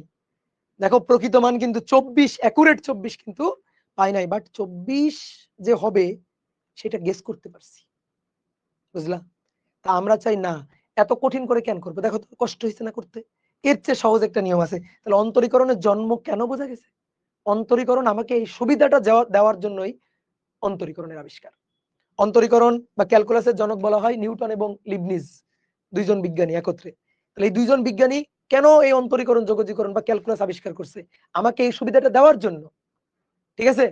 আমি এখানে এসে বেগ নির্ণয় করতে গিয়ে সমস্যা হইতো, এই কারণে এত বছর আগে লিবনিজ এবং নিউটন তারা বুঝতে পারছে যে এই সমস্যাগুলা স্টুডেন্টদের হবে, তারা তো এই ক্ষেত্রে বেগ বের করতে গিয়ে কষ্ট হবে, তো এই বেগটা কিভাবে বের করা যায় একটা প্রসেস, সুন্দর করে একটা প্রসেস খুঁজে বের করছে। ও আচ্ছা, অন্তরীকরণ এত সুন্দর একটা প্রসেস আছে, এই প্রসেসের সাহায্যে সুন্দর করে বেগের মানটা বের করা যায়, বুঝলা? তাহলে আমরা এবার আসো তো দেখি বেগের মানটা বের করি। সরণের পরিবর্তনের হার, এই যে সময়ের সাপেক্ষে পরিবর্তনের হার কার? সরণের। তাহলে সরণকে অন্তরীকরণ করব এস কে, তাহলে ডিএস ডিটি বা ডিডিটি অফ এস, এভাবে পড়তে হয়। অনেকে পড়ে ডিএস বাই ডিটি, কেউ যদি এরকম ডিএস বাই ডিটি পড়ে ওর মুখ চেপে ধরবো এইভাবে, যে সব বলা যাবে না, কি বলতে হবে? DDT of S. তাহলে ডিডিটি অফ এস, এস কই? 2t cube, 2t cube. এবার আসো দেখি আমরা বড় হয়ে গেছি না, 2 ধ্রুবক সসম্মানে বাইরে যাবে, এই যে চলক কি টি কিউব, তার সাথে 2 ধ্রুবক, 2 সসম্মানে বাইরে যাবে, আর কি আছে? টি কিউব আছে। তাহলে টি কিউব হচ্ছে 3 সামনে চলে আসবে আর টি 2, 3 সামনে চলে আসবে টি 2, তাহলে 3 দুগুণে 6 টি স্কয়ার। তোমার বেগ লাগবে কয় সেকেন্ডে? 2 সেকেন্ডে। ওকে ঠিক আছে, 6 2 এর বর্গ 4 ছক 24 মিটার পার সেকেন্ড। বুঝতে পেরেছো? এই হয়ে গেল, শেষ।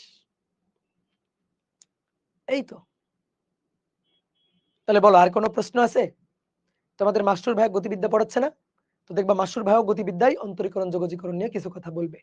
আমি যে কথাগুলো বললাম এই কথাগুলো যদি শোনো, আর মাস্টার ভাই যা পড়াবে এই কথাগুলো শুনলে মোটামুটি অন্তরীকরণ খাই কি মাথায় দেয় বা কেন লাগে, কি কাজে লাগে, এটা তুমি বুঝতে পারবা। আর যদি আরো ভালো করে বুঝতে চাও, একেবারে ডিটেলস সবকিছু, যে ভাই এই সূত্র কোত্থেকে আসে, এই যে আপনারা সূত্র লিখতেছেন, এই যে d dx x to the power n, n x minus one কোত্থেকে আসে, কেমনে আসে? তো তোমার ম্যাথের টিচারের উপরে আমরা ভরসা করি নাই, ঠিক আছে? ম্যাথের টিচারের উপরে ভরসা করে বসে থেকে আমাদের লাভ নাই, এই জিনিসগুলো আমরাই করে ফেলছি, আমরা পড়াই ফেলছি। তুমি দেখবা আমার চ্যানেলে গেলে একটা প্লে লিস্ট পাবো। তাহলে আবারও বলতেছি, পাঠ প্রস্তুতি পর্ব, পাঠ প্রস্তুতি পর্ব ইউটিউবে লিখে সার্চ দিবা, পাঠ প্রস্তুতি পর্ব অপূর্ব ফিজিক্স লিখে সার্চ দিবা, দেখবা 10টা ভিডিওর একটা প্লে লিস্ট চলে আসবে।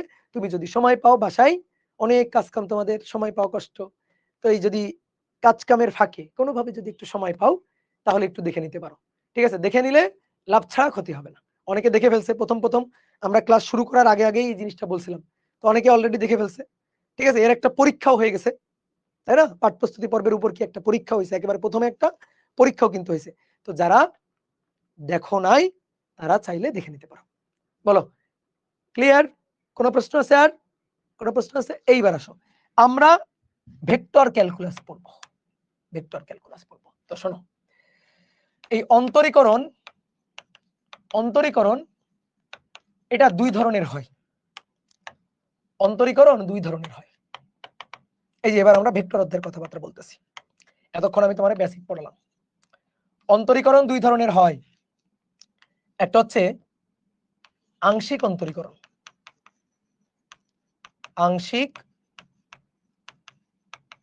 অন্তরীকরণ, আর একটা হচ্ছে পূর্ণ অন্তরীকরণ। পূর্ণ অন্তরীকরণ, আংশিক অন্তরীকরণ হচ্ছে পার্শিয়াল ডিফারেন্সিয়েশন, পূর্ণ অন্তরীকরণকে বলা হয় টোটাল ডিফারেন্সিয়েশন। তো আংশিক অন্তরীকরণ, পার্শিয়াল ডিফারেন্সিয়েশন কি জিনিস? পার্শিয়াল ডিফারেন্সিয়েশনে এই যে একটু আগে আমরা ddx এভাবে লিখছি না, এই ddx এটা লেখা হয় হচ্ছে পূর্ণ অন্তরীকরণ, ddx। তোমরা ম্যাথে যে ম্যাথগুলো করো ওইগুলো সব পূর্ণ অন্তরীকরণের ম্যাথ। এটা হচ্ছে পূর্ণ অন্তরীকরণ অপারেটর। আর আমরা ফিজিক্সে যেটা করি, ফিজিক্সে আমরা পূর্ণ করি না, ফিজিক্সে আমরা করি আংশিক অন্তরীকরণ। আংশিক অন্তরীকরণ হচ্ছে ডেল ডেল এক্স, এইভাবে লেখা হয়, বুঝছো? ডেল, ডি এর জায়গাটা ডেল, কি করবা? ডি এর মাথাটা এরকম বাঁকাই দিবা, ডি এর মাথাটা এরকম বাঁকাই দিবা, বাঁকাই দিলে দেখবা ডেল হয়ে গেছে, বুঝছো? তো ডেল ডেল এক্স এটা হচ্ছে আংশিক অন্তরীকরণ অপারেটর। আমরা আংশিক অন্তরীকরণ এই চিহ্নটা দিয়ে লিখি, বুঝছো? কার সাপেক্ষে অন্তরীকরণ? এক্স এর সাপেক্ষে অন্তরীকরণ, এক্স এর সাপেক্ষে অন্তরীকরণ, অন্তরীকরণ।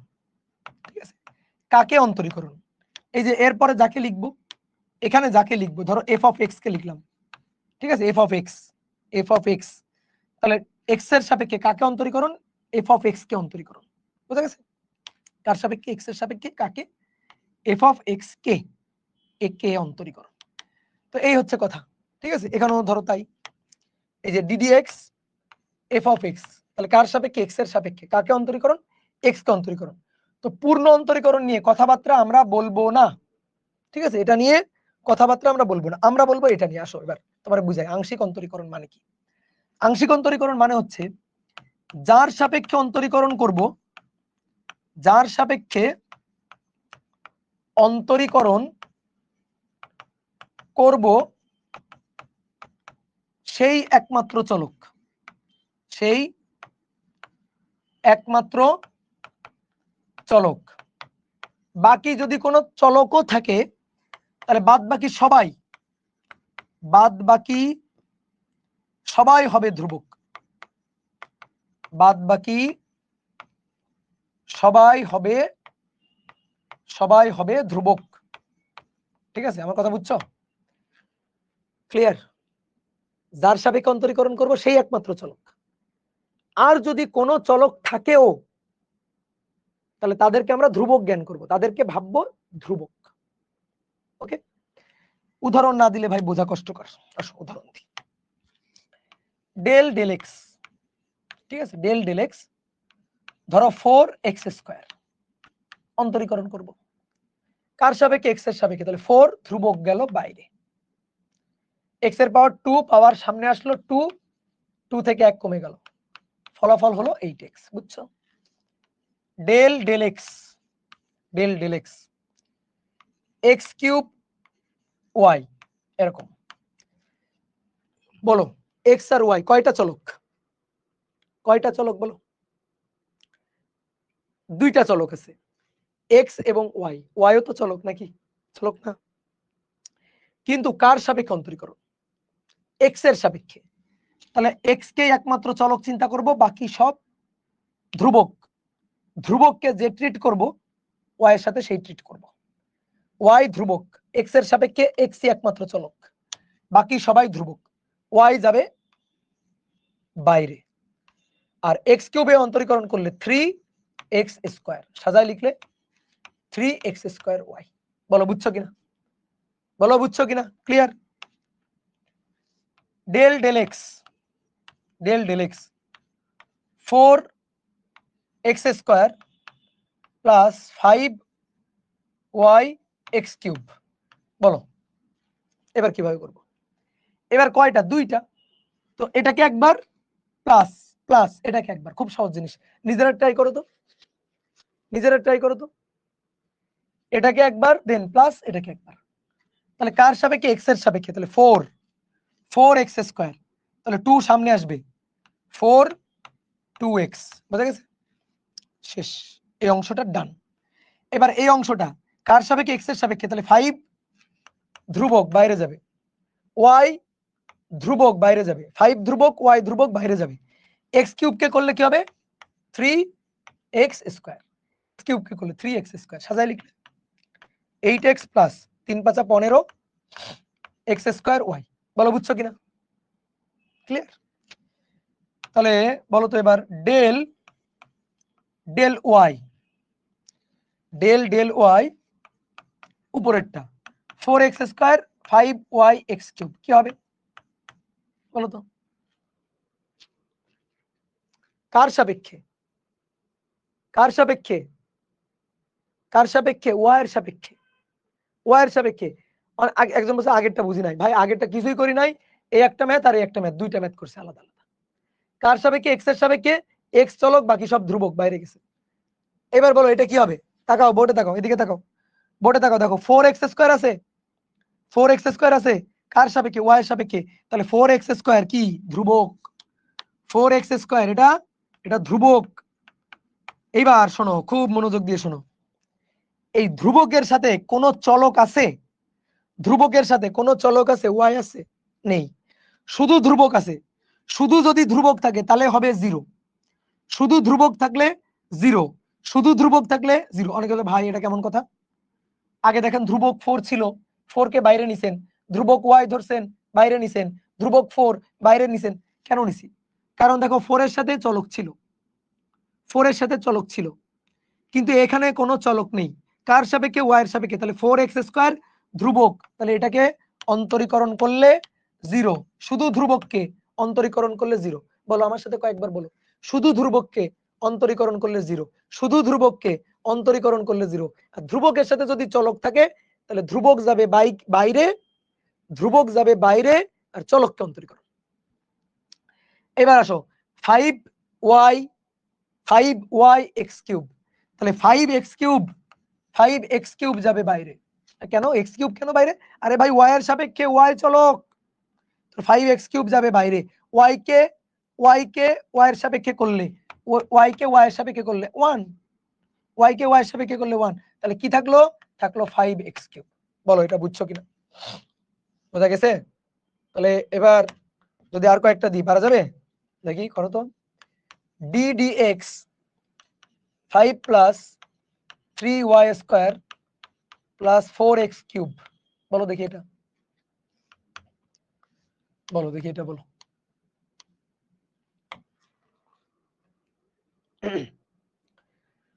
শুধু 5 x এর সাপেক্ষে, 5 এর সাথে কোনো x নাই, কোনো চলক নাই, তাহলে শুধু 5 হলে 0। 3y স্কয়ার চলক আছে? নাই, x এর সাপেক্ষে, x বাদে সবাই ধ্রুবক, x বাদে সবাই ধ্রুবক। 3y square 0। 4x cube, yes x আছে, x এর সাপেক্ষে x আছে, তাহলে 4 গেল বাইরে, 3x স্কয়ার, 3 নেমে আসলো x স্কয়ার, তাহলে 3 4 12 x স্কয়ার, 12x স্কয়ার। বুঝছো না? বোঝা গেছে না? তাহলে লাস্ট আরেকটা আসো, ddy 5z y square plus 3x z cube plus 4z cube y square. নাও এটা করো।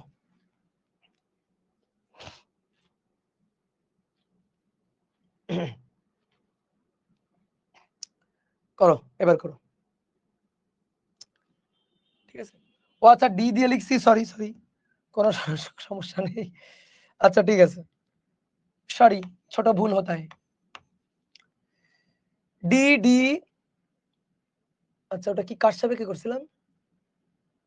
এক্স এর সাপেক্ষে, হ্যাঁ ডি, আর এটা কার সাপেক্ষে দিছিলাম? ওয়াই এর সাপেক্ষে না? হ্যাঁ dy, ওকে। কার সাপেক্ষে? ওয়াই এর সাপেক্ষে। কার সাপেক্ষে? ওয়াই এর সাপেক্ষে। তাহলে জেড আর 5 ধ্রুবক, তাহলে 5z বাইরে আসলো, 2y, তারপরে ওয়াই এর সাপেক্ষে 3 ধ্রুবক, x ধ্রুবক, z কিউব ধ্রুবক 0, কারণ এখানে কোনো ওয়াই নাই, কোনো ওয়াই নাই, ওয়াই আছে, তাহলে 4z কিউব যাবে বাইরে আর 2y, তাহলে সাজায় লিখলে 5 দুগুণে 10 জেড ওয়াই আর 4 দুগুণে 8 জেড কিউব ওয়াই। বলো বুঝছো কিনা? গুড, এই তো দেখছো তোমরা ট্যালেন্ট, ভেরি ভেরি ট্যালেন্ট, সহজ জিনিস না, বুঝছো? এইবার শোনো, ভেক্টর ক্ষেত্র, ভেক্টর ফিল্ড বা ভেক্টর ক্ষেত্র, ভেক্টর ক্ষেত্র দুই ধরনের হয়, মানে সরি ভেক্টর ক্ষেত্র না, সরি সরি সরি ক্ষেত্র, ফিল্ড, ফিল্ড দুই ধরনের হয়, ক্ষেত্র বা ফিল্ড এটা দুই ধরনের হয়, যেমন স্কেলার ফিল্ড বা স্কেলার ক্ষেত্র, আর একটা হচ্ছে ভেক্টর ফিল্ড, ভেক্টর ফিল্ড বা ভেক্টর ক্ষেত্র। স্কেলার ফিল্ড আর ভেক্টর ফিল্ড মানে কি? মানে হচ্ছে ধরো আমি তোমার উদাহরণ দিয়ে বুঝাই তাহলে বুঝতে পারবা। এই যে ধরো এটা হচ্ছে একটা রুম, একটা কক্ষ, এই রুমে একটা এসি চালানো আছে, এই যে ধরো রুমে এখানে একটা এসি আছে, অন, এবার তুমি সুইচ অন করে দিছো, এসি অন আছে, বলো তো এই রুমের সকল বিন্দুতে টেম্পারেচার কি সমান? না, এসির সামনে টেম্পারেচার কম, এসি থেকে একটু দূরে দূরে কর্নারের দিকে টেম্পারেচার বেশি। তা আমি বললাম তুমি এই রুমের প্রত্যেকটা পয়েন্টে টেম্পারেচারের মান কত আমারে বলো, তুমি প্রত্যেকটা পয়েন্টে ধরো টেম্পারেচারের মান বলবা, ধরো কোনো না কোনো ভাবে হিসাব নিকাশ করে তুমি বলতে পারলা, তুমি কি আমার টেম্পারেচারের মান বলবা যে ভাই এই বিন্দুতে টেম্পারেচার 18 ডিগ্রি সেলসিয়াস পশ্চিম দিকে, বলবা টেম্পারেচারের মানটা? না, কোন বিন্দুতে টেম্পারেচারের মান যখন বলবা শুধু মানটাই বলবা, দিক কিন্তু বলবা না। টেম্পারেচারের দিক হয় নাকি? হয় না। তাহলে দেখো এই যে রুম একটা ক্ষেত্র, একটা 3D ক্ষেত্র, একটা 3D এলাকা, 3D ফিল্ড, এই ফিল্ডটা কেমন ফিল্ড? কার ফিল্ড? তাপমাত্রার ফিল্ড, বিভিন্ন পয়েন্টে বিভিন্ন টেম্পারেচার। আমি যদি ঘরের ঘরের এই কর্নারটাকে মূলবিন্দু চিন্তা করি, বা ধরো ঘরের এই যে কর্নারটা, এই যে কর্নারটা, এই কর্নারটাকে যদি মূলবিন্দু 0 0 0 চিন্তা করি, এটাকে যদি এক্স অক্ষ চিন্তা করি, এটাকে যদি ওয়াই অক্ষ চিন্তা করি, এটাকে যদি জেড অক্ষ চিন্তা করি, তাহলে এই রুমের এক একটা পয়েন্টে টেম্পারেচার মানে এক এক রকম, বিভিন্ন পয়েন্টে টেম্পারেচার মানে এক এক রকম। দেখো আমি তোমাকে ধরো বললাম যে এই রুমের ধরো আমার কাছে একটা সমীকরণ আছে, ফিল্ড ইকুয়েশনটা আমার কাছে আছে, যে আমি বললাম এই রুমের টেম্পারেচার তুমি পাবা, এই রুমের কোন বিন্দুতে ধরো টেম্পারেচার টি, বড় হাতে টি দিয়ে লিখলাম, এই যে টেম্পারেচার টি বা টেম্পারেচার ধরো থেটা, এই থেটা তুমি পাবা হচ্ছে এই সমীকরণ অনুযায়ী 2x - 3y + 4z এত ডিগ্রি সেলসিয়াস, এই সমীকরণ অনুযায়ী তুমি এই রুমের টেম্পারেচার পাবা। তাহলে তোমাকে আমি বললাম তুমি তাহলে আমাকে 201 এই বিন্দুতে আমাকে একটু টেম্পারেচার হিসাব করে দেখাও তো। তো তুমি এই বিন্দুতে টেম্পারেচার হিসাব করলা, 2 × 2 - 3 × y এর মান 0 + 4 × 1 দিয়ে হিসাব করবা, 2 দুগুণে 4 যোগ 4, 8 ডিগ্রি সেলসিয়াস। বলো 8 ডিগ্রি সেলসিয়াস উত্তর দিক বলছো, পশ্চিম দিক বলছো, দক্ষিণ দিক বলছো, বা এর সাথে কোনো i cap, j cap, k cap আছে, দিক অ্যাড করা আছে? বলো না। তাহলে এই যে তাপমাত্রার ক্ষেত্রটা হচ্ছে একটা স্কেলার 3D ক্ষেত্র, 3D ক্ষেত্র। কেন 3D? 3D কেন? কারণ এক্স অক্ষ, ওয়াই অক্ষ, জেড অক্ষ, দেখো এই এলাকা একটা 3D এলাকা, একটা আয়তন, একটা 3D এলাকার আয়তন, একটা 3D এলাকা। তাহলে 3D এলাকার বিভিন্ন পয়েন্টের স্থানাঙ্ক, তিনটা স্থানাঙ্ক, এক্স স্থানাঙ্ক, ওয়াই স্থানাঙ্ক, জেড স্থানাঙ্ক। তো আমি যদি বলি বিভিন্ন পয়েন্টের টেম্পারেচার, তুমি বিভিন্ন পয়েন্টের টেম্পারেচারের মান আমাকে বলবা, দিক কিন্তু বলবা না। বলবা দিক? বলবা? বলবা না। এবার চিন্তা করো একটা ভেক্টর ক্ষেত্র, ভেক্টর ক্ষেত্র মানে দিক আছে। ধরো কোনো একটা রুমের মধ্য দিয়ে বা কোনো একটা এলাকার মধ্য দিয়ে বায়ু প্রবাহ হচ্ছে, বাতাস প্রবাহিত হচ্ছে। এখন মনে করো এভাবে বাতাস প্রবাহিত হচ্ছে, ঠিক আছে, এভাবে ধরো বাতাস প্রবাহিত হচ্ছে। এটা এক্স অক্ষ, এটা এক্স অক্ষ, সরি ওয়াই অক্ষ, এটা এক্স অক্ষ, আর এটা জেড অক্ষ। ধরো বাতাস প্রবাহিত হচ্ছে। এখন আমি এই বিন্দুতে ধরো এই যে বিন্দুটা, এই বিন্দু হচ্ছে 2, 3, 1 বিন্দু। আমি এই বিন্দুতে বাতাস বাতাস বাতাস প্রবাহের ভেক্টরটা চাইলাম, যে ভি ভেক্টরটা আমাকে বের করে দাও। তাহলে দেখো বাতাসের কিন্তু দিক আছে, বাতাস প্রবাহের কিন্তু এবার দিক আছে। ধরো 2, 3, 1 বিন্দুটা হচ্ছে ধরো এইটা, এই বিন্দুটা। তাহলে এই বিন্দুতে বাতাস প্রবাহের মান আছে, মানের পাশাপাশি আবার দিক আছে। তাহলে এই পয়েন্টে যে ধরো স্পর্শক বরাবর, এই যে এই পয়েন্টে স্পর্শক আঁকলে বাতাসের আমি ধরো দিক পাইলাম। তাহলে বাতাস ধরো এইভাবে বাতাস প্রবাহিত হচ্ছে, এটা হচ্ছে ভি ভেক্টর। আমি তোমাকে বললাম এই এখান থেকে যে বাতাসটা প্রবাহিত হচ্ছে, সেই বাতাস প্রবাহের বেগের ক্ষেত্রটা হচ্ছে এরকম। বেগের ক্ষেত্রটা সেটা হচ্ছে ধরো 4x 3y plus 3y minus 2z, ঠিক আছে বললাম। বলো তো এবার কি তুমি ঠিকঠাক পাইলা? বলো তো হিসাবটা কি ঠিকঠাক হলো? বলো। না, কেন হলো না জানো? কারণ এখান থেকে তুমি এক্স এর মান, ওয়াই এর মান, জেড এর মান যদি বসায় দাও, তুমি বাতাসের জাস্ট মান পাবা, কিন্তু এটা তো বাতাস ভেক্টর, ভেক্টর না। তাহলে ভেক্টর হলে তো ভেক্টর ফরম্যাট হওয়া উচিত।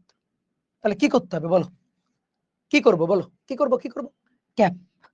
যে ভাই 4x আই ক্যাপ দেন, আর ধরেন 3y জে ক্যাপ দেন, আর 2 জোড়ে কে ক্যাপ দেন, দিয়ে বলেন যে হ্যাঁ বেগের বেগ ভেক্টর এত মিটার পার সেকেন্ড, তাহলে ঠিক আছে।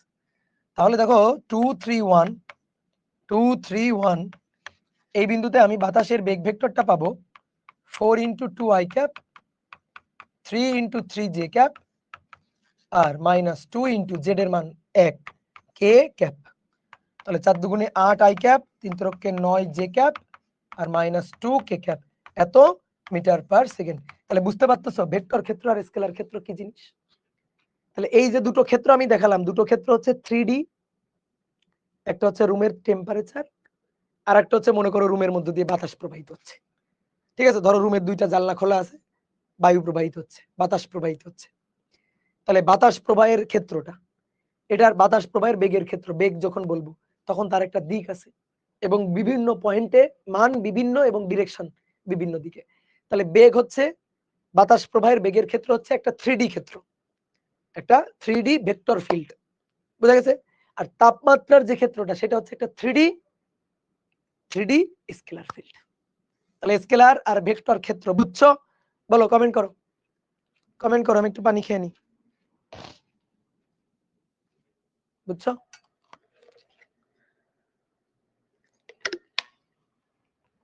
গুড। ওকে, এবার শর্টকাটে আমি তোমারে বলে দিই ভেক্টর ক্ষেত্র আর স্কেলার ক্ষেত্র চেনার কি উপায়। ঠিক আছে, যদি দেখো এক্স ওয়াই জেড আছে তাহলে ক্ষেত্রটা হচ্ছে 3D ক্ষেত্র। ধরো শুধু এক্স আছে, ধরো আমি বললাম টেম্পারেচার, ধরো আমি বললাম তাপমাত্রার একটা ক্ষেত্র, theta equal to 4x degree Celsius. বলো এই টেম্পারেচারের ক্ষেত্রটা কেমন ক্ষেত্র? প্রথমে বলো কত কত ডি আর কি, 1D 2D 3D? বলো 1D। শুধু এক্স এর উপর ডিপেন্ড করে, এক্স অক্ষ বরাবর চেঞ্জ হবে। ঠিক আছে, তাহলে শুধু এক্স এর উপর ডিপেন্ড করে। তাহলে এই যে থেটাটা, এটা আসলে থেটা এক্স, এক্স এর উপর ডিপেন্ড করে। তারপর আমি যদি এরকম লিখি, ধরো যদি এরকম লিখি 4xy² ডিগ্রি সেলসিয়াস, তাহলে কি হবে? তাহলে এক্স এবং ওয়াই এর উপর ডিপেন্ড করে, তাহলে থেটা এক্স ওয়াই অর্থাৎ 2D ক্ষেত্র। আমি যদি বলি থেটা এক্স ওয়াই জেড, তিনটার উপরই ডিপেন্ড করে, কেমন? ধরো 3xy² plus 4y plus 5z, এই যে এরকম যদি হয়, ঠিক আছে, তিনটাই থাকলো, তাহলে তখন এটা হচ্ছে একটা 3D ক্ষেত্র। তাহলে এই যে 2D 3D 1D 1D 2D 3D, বুঝা গেছে? তাহলে চেনার উপায় কি? চেনার উপায় হচ্ছে শুধু এক্স থাকলে একমাত্রিক, এক্স ওয়াই থাকলে দ্বিমাত্রিক, এক্স ওয়াই জেড থাকলে ত্রিমাত্রিক। আর কোনো i cap j cap k cap নাই। I cap j cap k cap নাই। তাহলে i cap j cap k cap যদি না থাকে, নাই যেহেতু, তাহলে ক্ষেত্রটা স্কেলার ক্ষেত্র, স্কেলার ক্ষেত্র, স্কেলার ফিল্ড। বোঝা গেছে? এবার মনে করো বেগ ভি এক্স, ধরো 5x i cap metre per second, ঠিক আছে? তারপরে বেগ ভেক্টর ধরো 5xy আই ক্যাপ, তারপরে 2j ক্যাপ, ঠিক আছে? তারপরে ভি হচ্ছে xyz, তিনটাই আছে, তাহলে 3x² y I cap plus 4z k cap বা 4z y cube J cap minus 3z কে ক্যাপ, এরকম এরকম যদি হয় তাহলে সেটা হচ্ছে 3D। তাহলে এটা 1D 2D 3D। আর i cap j cap k cap আছে, i cap j cap k cap আছে। তাহলে i cap j cap k cap থাকলে আমি বুঝে যাব সেটা হচ্ছে ভেক্টর ক্ষেত্র। বুঝতে পারছো? সেটা হচ্ছে ভেক্টর ক্ষেত্র। বলো বুঝলা কিনা? ক্লিয়ার? ওকে, এইবার শোনো, আমরা যেটা চাই সেটা হচ্ছে পরিবর্তনের হার বের করতে। তুমি পরিবর্তনের হার বের করছো না? আজকে প্রথমে ম্যাথ করছি না পরিবর্তনের হার, সরণের পরিবর্তনের হার বেগ বের করছি না? তারপরে সমীকরণ থেকে পরিবর্তনের হার দিয়ে ঢাল বের করছি না? এবার আমরা পরিবর্তনের হার বের করব। পরিবর্তনের হার বের করব। তাহলে তোমাকে আমি একটা ছোট্ট ম্যাথ দিই, দেখি তুমি নিজে বুঝে বুঝে করবা। কোন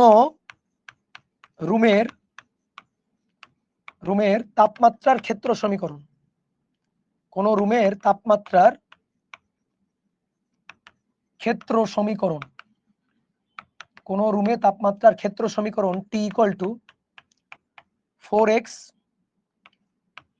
2y + 3z, বা ধরো 2x - 3y + 4z এত ডিগ্রি সেলসিয়াস। এটা হচ্ছে তাপমাত্রার সমীকরণ। মানে কি?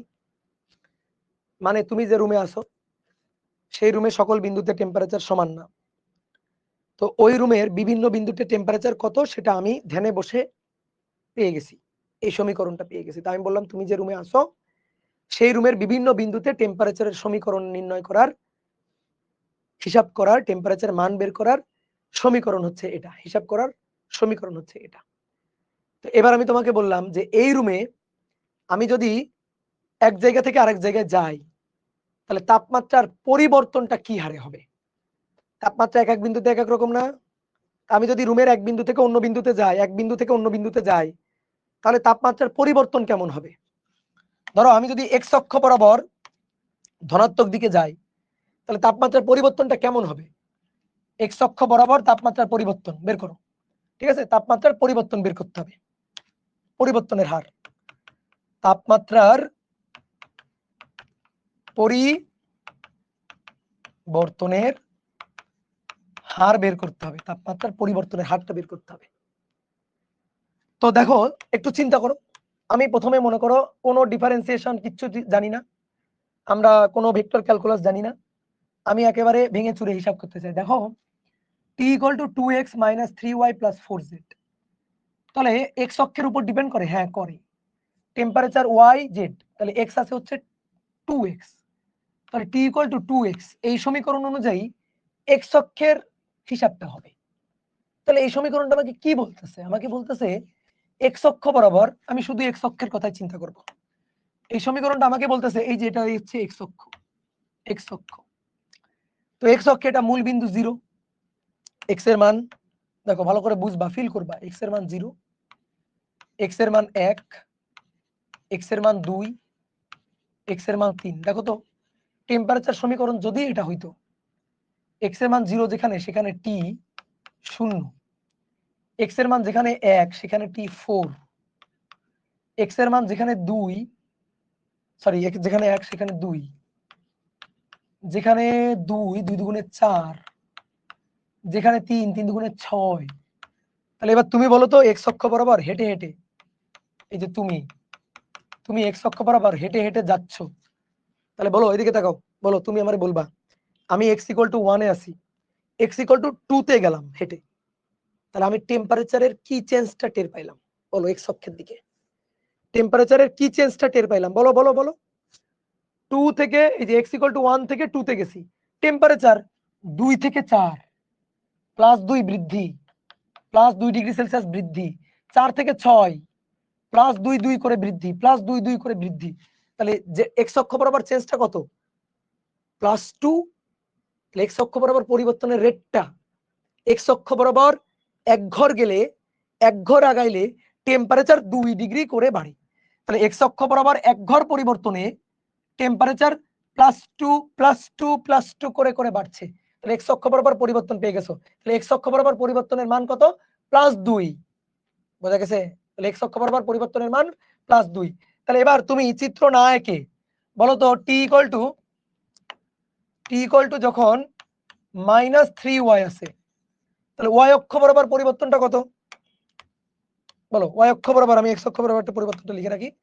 তাহলে x অক্ষ বরাবর পরিবর্তন, টেম্পারেচার পরিবর্তন +2 x অক্ষ বরাবর। y অক্ষ বরাবর পরিবর্তন দেখো -3, বুঝছো? -3, 3 করে হ্রাস পাবে, 3 করে হ্রাস পাবে। তুমি সেম একইভাবে হিসাব করো, একইভাবে মান বসাও, y এর মান বসাও, y এর মান বসাও, y এর মান 1 2 3 4 বসাও, বসায় t এর মান বের করো, বের করে পরিবর্তন বের করো, দেখবা y অক্ষ বরাবর পরিবর্তন হবে। y অক্ষ বরাবর তাপমাত্রা বৃদ্ধি না হ্রাস পাচ্ছে, তাহলে পরিবর্তনটা ঋণাত্মক, বুঝছো? পরিবর্তনটা ঋণাত্মক -3। বলো z অক্ষ বরাবর পরিবর্তন কত? t = 4z। তাহলে z অক্ষ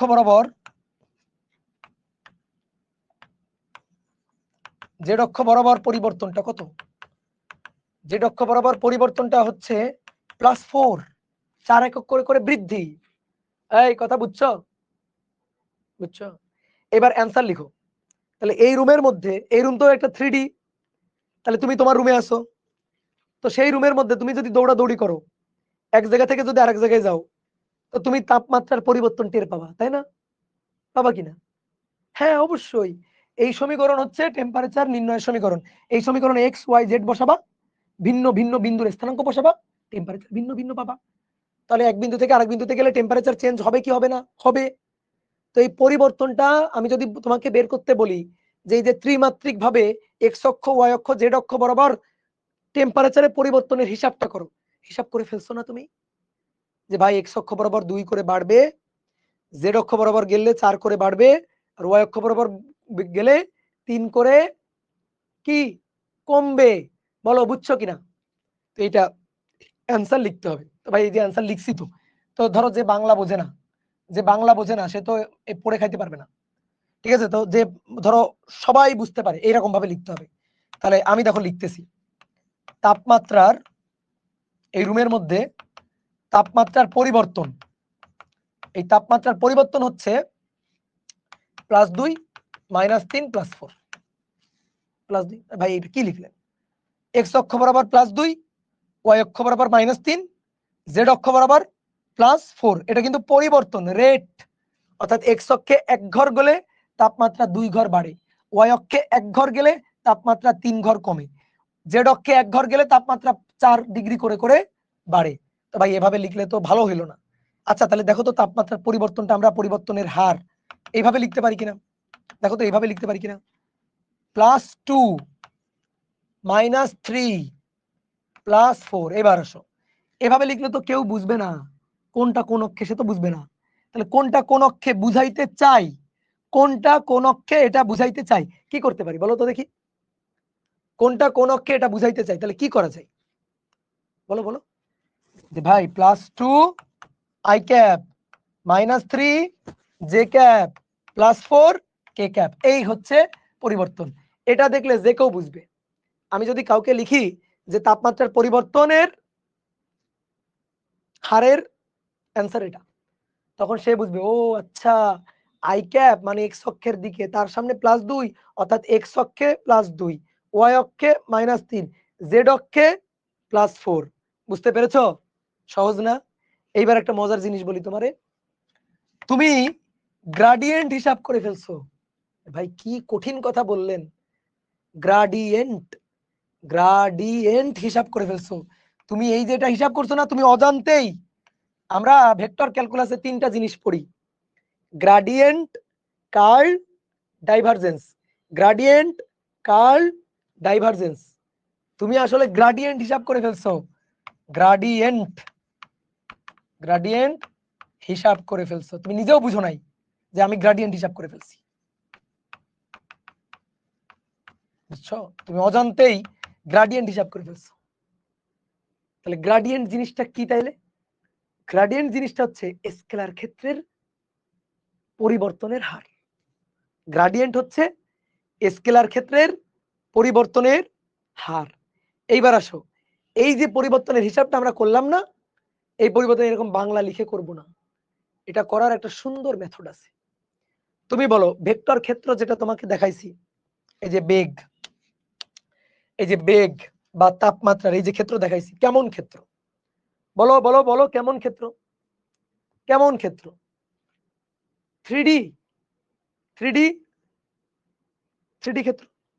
তাহলে 3D মানে ত্রিমাত্রিক, এক্স ওয়াই জেড তিনটাই আছে। তাহলে পরিবর্তন কি শুধু এক্স অক্ষে? পরিবর্তন কি শুধু ওয়াই অক্ষে? পরিবর্তন কি শুধু জেড অক্ষে? নো, এক্স অক্ষ, ওয়াই অক্ষ, জেড অক্ষ, তিন অক্ষেই পরিবর্তন, বুঝছো? তিন অক্ষেই পরিবর্তন। ডেল ডেল এক্স কি করে? ডেল ডেল এক্স এ হচ্ছে শুধু এক্স অক্ষের পরিবর্তন বের করে। ডেল ডেল ওয়াই কি করে?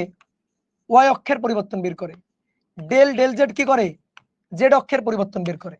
আমি যদি ডেল ডেল এক্স করি, সে শুধুমাত্র এক্স অক্ষের পরিবর্তন বের করতে পারে, এক্স অক্ষের পরিবর্তন নির্ণয় করে, বাকি সবাইকে ধ্রুবক ভাবে। ডেল ডেল ওয়াই সে ওয়াই অক্ষের পরিবর্তন নির্ণয় করে, ওয়াই অক্ষের পরিবর্তন হার নির্ণয় করে, পরিবর্তন হার নির্ণয় করে। আর ডেল ডেল জেড সে জেড অক্ষের পরিবর্তন হার নির্ণয় করে, জেড অক্ষের পরিবর্তন হার নির্ণয় করে। আমরা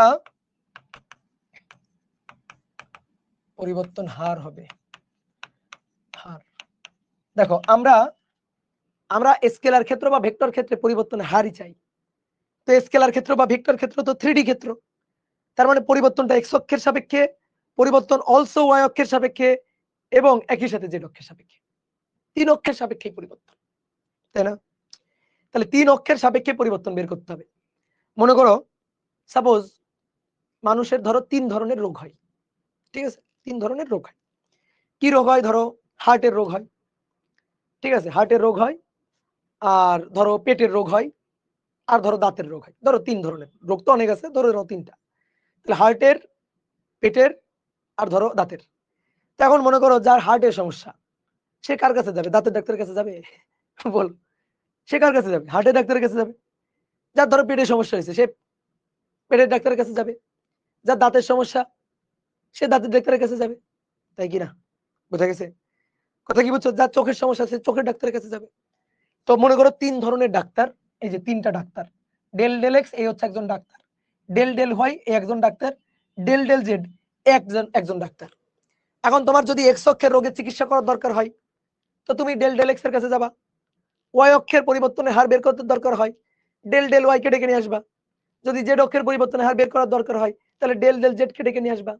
অর্থাৎ যে রোগের চিকিৎসা, সেই রোগের ডাক্তারের কাছে চলে যাবা। আমার কথা কি বুঝছো? বুঝছো? তো আমরা দেখতেছি স্কেলার ক্ষেত্র, এই যে আমরা স্কেলার ক্ষেত্র দেখলাম, স্কেলার ক্ষেত্র, ঠিক আছে? স্কেলার ক্ষেত্র টি ইকুয়াল টু দেখলাম 4x + 3y + 2z, এরকম ছিল না? এত ডিগ্রি সেলসিয়াস।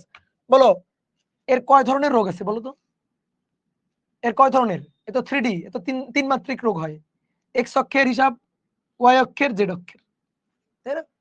তারপরে ধরো ভেক্টর ক্ষেত্র যেটা আমরা দেখলাম, ভেক্টর ক্ষেত্র, ভেক্টর ক্ষেত্র যেটা আমরা দেখলাম, যে ধরো বেগ b = 4x y² i cap 3z k cap, ঠিক আছে? এরকম। তো এটা কয় মাত্রিক? এটাও তো ত্রিমাত্রিক, দেখো x y z আছে, কিন্তু কেমন ক্ষেত্র? ভেক্টর ক্ষেত্র। ওটা স্কেলার ছিল, এটা ভেক্টর ক্ষেত্র। তাহলে এদের তো তিন ধরনের, এরা তো দুটোই তো 3D, 3D না, 3D। তার মানে এক্স অক্ষের চিকিৎসাও দরকার আছে, ওয়াই অক্ষের চিকিৎসাও দরকার আছে, জেড অক্ষের চিকিৎসাও দরকার আছে। তাহলে এবার আসো নতুন একটা ডাক্তার বানাও, নতুন এমন একটা ডাক্তার তো বানাইতে পারবে না, ডাক্তার হচ্ছে এরা তিনজন। তুমি কি করতে পারবা? বানাইতে পারবে একটা হাসপাতাল। তুমি কি করবা, হাসপাতালে 3 জন ডাক্তারকে একসাথে রাখবা, কারণ এদের তো 3 রোগের চিকিৎসা দরকার। বুঝতে পারছো? এ দেখো এক্স আছে, এক্স অক্ষের চিকিৎসা দরকার, ওয়াই অক্ষের চিকিৎসা দরকার, জেড অক্ষের চিকিৎসা দরকার। তো তুমি কি করবে, একটা হসপিটাল বানাবা। দেখবা যে কোনো জেলা শহরে বা শহরে দেখবা ওই যে পাশাপাশি ডাক্তাররা চেম্বার নিয়ে বসে না, কোথাও দেখবা দাঁতের ডাক্তার, চোখের ডাক্তার, হার্টের ডাক্তার সব একসাথে বসে আছে। তোমার কি করতে হয়, হাসপাতালে ঢুকে তুমি যার কাছে ডাক্তার দেখাবা তার সিরিয়াল দিয়ে তাকে দেখাই দিয়ে চলে আসো। তো তোমার যে রোগের চিকিৎসা তুমি তার কাছে যাও। এখন মনে করো তোমার তিন ধরনের রোগ, 3টে রোগের চিকিৎসা দরকার। তাহলে 3 ডাক্তারের কাছে 3টা জায়গা যে আলাদা আলাদা ভাবে ডাক্তার দেখানো হচ্ছে, আমরা একটা কাজ করি। 3 ডাক্তারের কাছে আলাদা আলাদা ভাবে ডাক্তার দেখানো হচ্ছে, আমরা একটা কাজ করি, এক বাড়িতেই 3টা ডাক্তারকে নিয়ে আসি, এক হসপিটালেই 3টা ডাক্তারকে নিয়ে আসি। কথা কি বুঝছো না বুঝো নাই? দেখো আমরা এই যে ম্যাথটা, এই ম্যাথটা আরেকবার দেখাচ্ছি। এটা কি ছিল, 2x - 3y + 4z। দেখো t = 2x, t = তাপমাত্রার ক্ষেত্র সমীকরণ। তাপমাত্রার ক্ষেত্র সমীকরণ দেখো এখন খুবই মজার একটা ব্যাপার। এই যে তাপমাত্রার ক্ষেত্র সমীকরণ t = 2x - 3y + 4z এত ডিগ্রি সেলসিয়াস। পরিবর্তনের হার নির্ণয় করতে হবে, পরিবর্তনের হার। তাহলে আসো আমরা এক্স অক্ষের সাপেক্ষে পরিবর্তনের হার বের করব। তাহলে এক্স অক্ষের সাপেক্ষে পরিবর্তনের হার বের করব। তাহলে ডেল ডেল এক্স, এই যে এক্স অক্ষের ডাক্তার, ডেল ডেল এক্স এক্স অক্ষের ডাক্তার। তাহলে 2x - 3y + 4z। এই যে এই রোগীকে, এটা রোগী, ত্রিমাত্রিক রোগী, রোগীকে এক্স অক্ষের বাড়ি নিয়ে গেলাম, এক্স অক্ষের ডাক্তারের বাড়ি নিয়ে গেলাম। তাহলে এক্স অক্ষের ডাক্তার ও তো এক্স অক্ষের চিকিৎসা করবে, হার্টের ডাক্তার হার্টের চিকিৎসাই করবে। তাহলে এই যে এটা যে ডাক্তার, এই যে এটা হচ্ছে ডাক্তার, এই ডাক্তার খুঁজে হার্ট কোথায় আছে খুঁজে বের করবে। হার্ট আছে এখানে, এই যে হার্ট, অর্থাৎ এক্স খুঁজে বের করবে, বাকি সবাইকে ধ্রুবক জ্ঞান করবে, বাকি কোনো জায়গায় হাত দিবে না। তাহলে এই যে 2x, তাহলে 2x কে ডিফারেন্সিয়েট করলে 2, x কে করলে 1, বাকি এটা 0, বাকি এটা 0। এই যে এই জায়গায় চিকিৎসা করছে 0, এই জায়গাও চিকিৎসা 0। তাহলে দেখো x অক্ষের পরিবর্তন +2, দেখছো? এবার এই রোগীকে, এই রোগীর তো তিন ধরনের রোগের চিকিৎসা দরকার। তাহলে এবার y অক্ষের ডাক্তারের কাছে নিয়ে যাই। তাহলে 2x - 3y + 4z। দেখো তাহলে এ হচ্ছে ধরো এ হচ্ছে ধরো চোখের ডাক্তার, তাহলে ও চোখ কোথায় খুঁজে বের করবে, এই যে চোখ, চোখ পেয়ে গেছে, তাহলে ওইটার চিকিৎসা করবে। তাহলে 2x এর চিকিৎসা করবে না, 2x এর 0, -3y -3 বাইরে গেল, y কে করলে 1 চিকিৎসা করে দিল, প্লাস 4z কে করলে 0, তাহলে দেখো -3। এবার এই একই রোগীকে এবার এই ডাক্তারের কাছে নিব, ডেল ডেল জেড, এই ডাক্তারের কাছে 2x - 3y + 4z।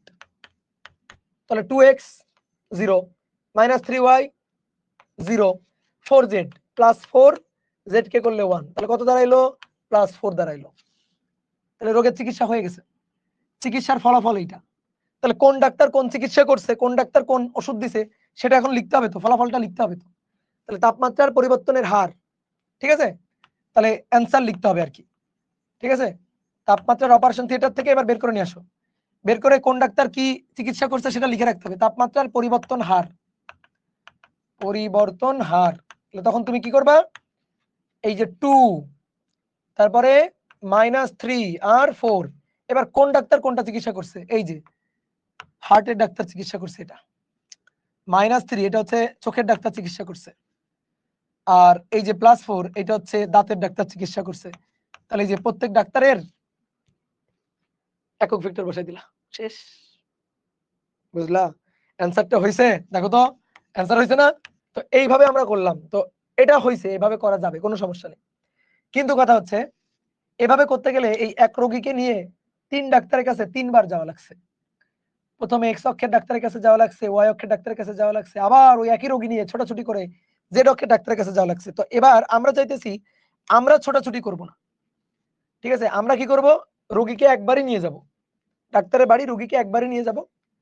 তো 3টা রোগের চিকিৎসা হবে। তো কথা হচ্ছে এক ডাক্তার তো 3টা রোগের চিকিৎসা করতে পারবে না। তাহলে এবার এমন একটা হসপিটাল দরকার যার মধ্যে 3টা ডাক্তারই পাশাপাশি চেম্বার নিয়ে বসে আছে। তুমি খালি রোগী নিয়ে ঢুকবা, চিকিৎসা করে বের হয়ে চলে আসবা একবারে। তোমার 3 ডাক্তারের কাছে যাওয়া লাগবে না। তাহলে আগে দেখো অপারেটর আলাদা আলাদা operator, del del x, del del y, del del z. তাহলে আমরা কি করলাম, এই ডাক্তারগুলোকে ডাকলাম, ডাক্তারকে ডাকলাম, ডেকে ভাবলাম কি যে এদেরকে দিয়ে আমরা একটা হসপিটাল বানাবো। এই যে হসপিটাল, ধরো এই যে একটা হসপিটাল, পাশাপাশি চেম্বার, পাশাপাশি চেম্বার, এই যে দরজায় লেখা আছে এই যে ডেল ডেল এক্স ডাক্তার, ডেল ডেল ওয়াই ডাক্তার, ডেল ডেল জেড ডাক্তার, এই যে তিনটা ডাক্তার এই হসপিটালে বসে, বুঝতে পারছো?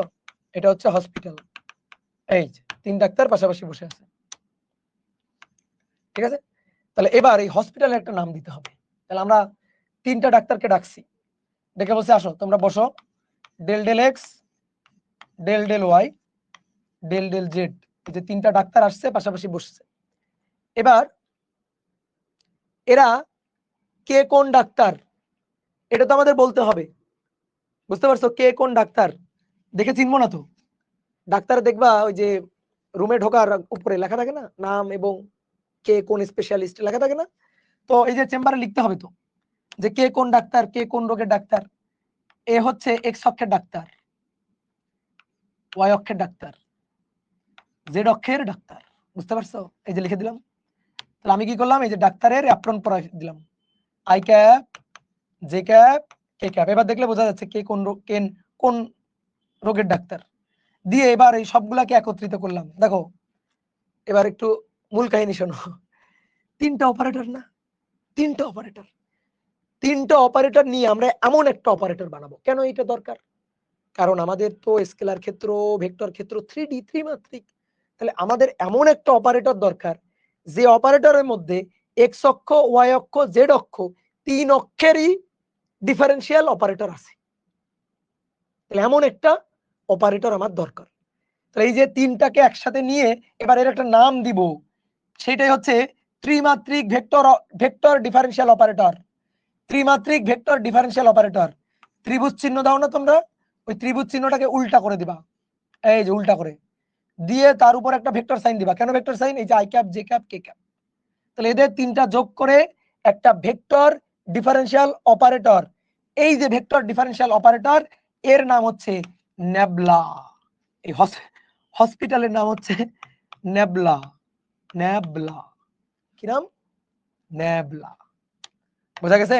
তাহলে এই হচ্ছে আমাদের ভেক্টর ডিফারেন্সিয়াল অপারেটর, ত্রিমাত্রিক ভেক্টর ডিফারেন্সিয়াল অপারেটর। নেবলা কি? ভেক্টর ডিফারেন্সিয়াল, এই যে সংক্ষেপে লিখলাম differential operator, vector differential operator, ত্রিমাত্রিক ভেক্টর ডিফারেন্সিয়াল অপারেটর। কেন ত্রিমাত্রিক? দেখো এক্স অক্ষ, ওয়াই অক্ষ, জেড অক্ষ তিনটাই আছে, del del x i cap, del del y j cap, del del z k cap. এবার কোন রোগী হইলে এই রোগীকে এর বাড়ি নিয়ে যাবা, রোগীকে এর বাড়ি নিয়ে যাবা। বলো রোগী কয় ধরনের হয়? বলো বলো দেখি রোগী কয় ধরনের হয়? কয় ধরনের রোগী হয়? দুই ধরনের রোগী, দুই ধরনের। স্কেলার রোগী, ভেক্টর রোগী। রোগী সবই ত্রিমাত্রিক, তিন ধরনের রোগ হয়, ঠিক আছে? কিন্তু রোগী দুই ধরনের, স্কেলার রোগী, ভেক্টর রোগী। তাহলে শোনো এবার ভালো করে শোনো। ন্যাবলা, এই ন্যাবলাই কি করবে? রোগের চিকিৎসা করবে, অর্থাৎ পরিবর্তনের হার বের করবে। তাহলে ন্যাবলাই এটাই ত্রিমাত্রিক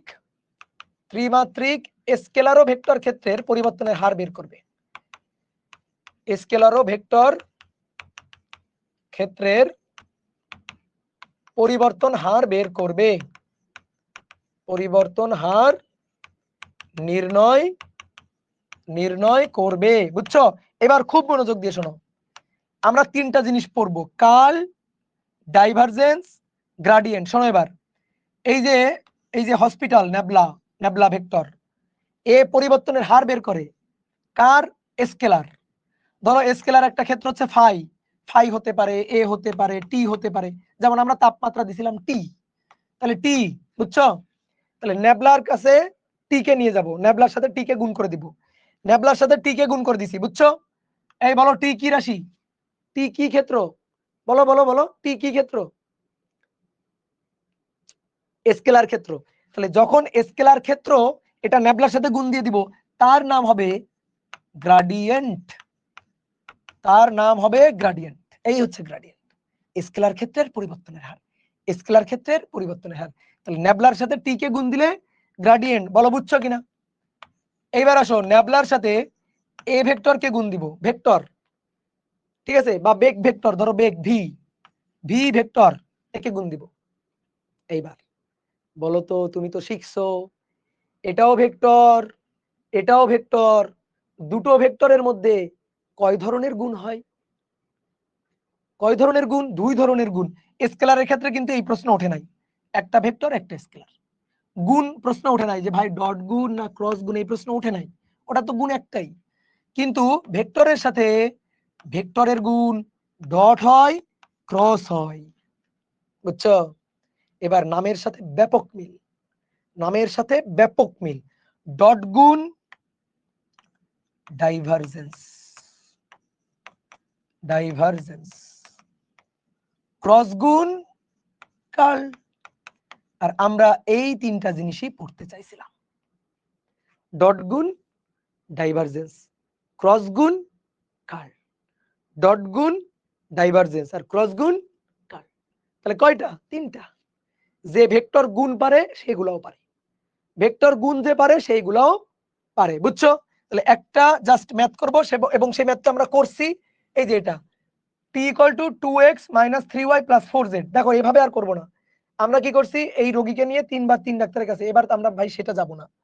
2x - 3y + 4z। দেখো তাহলে এবার তাপমাত্রার ক্ষেত্র, তাপমাত্রার ক্ষেত্র t = 2x - 3y + 4z degree Celsius এর, দেখো এর পরিবর্তনের হার বের করো, বলো এটা কেমন ক্ষেত্র? স্কেলার ক্ষেত্র। তাহলে কার পরিবর্তন? স্কেলার ক্ষেত্রের পরিবর্তন। কার পরিবর্তন? স্কেলার ক্ষেত্রের পরিবর্তন।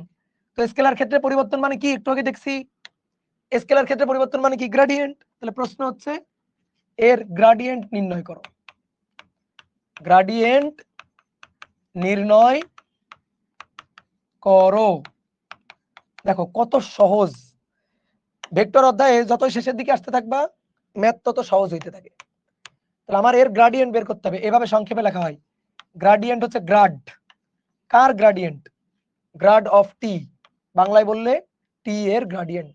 তাহলে গ্রাড অফ টি হবে ন্যাবলা তার সাথে টি গুণ। দেখো কত সহজ। ন্যাবলা কি?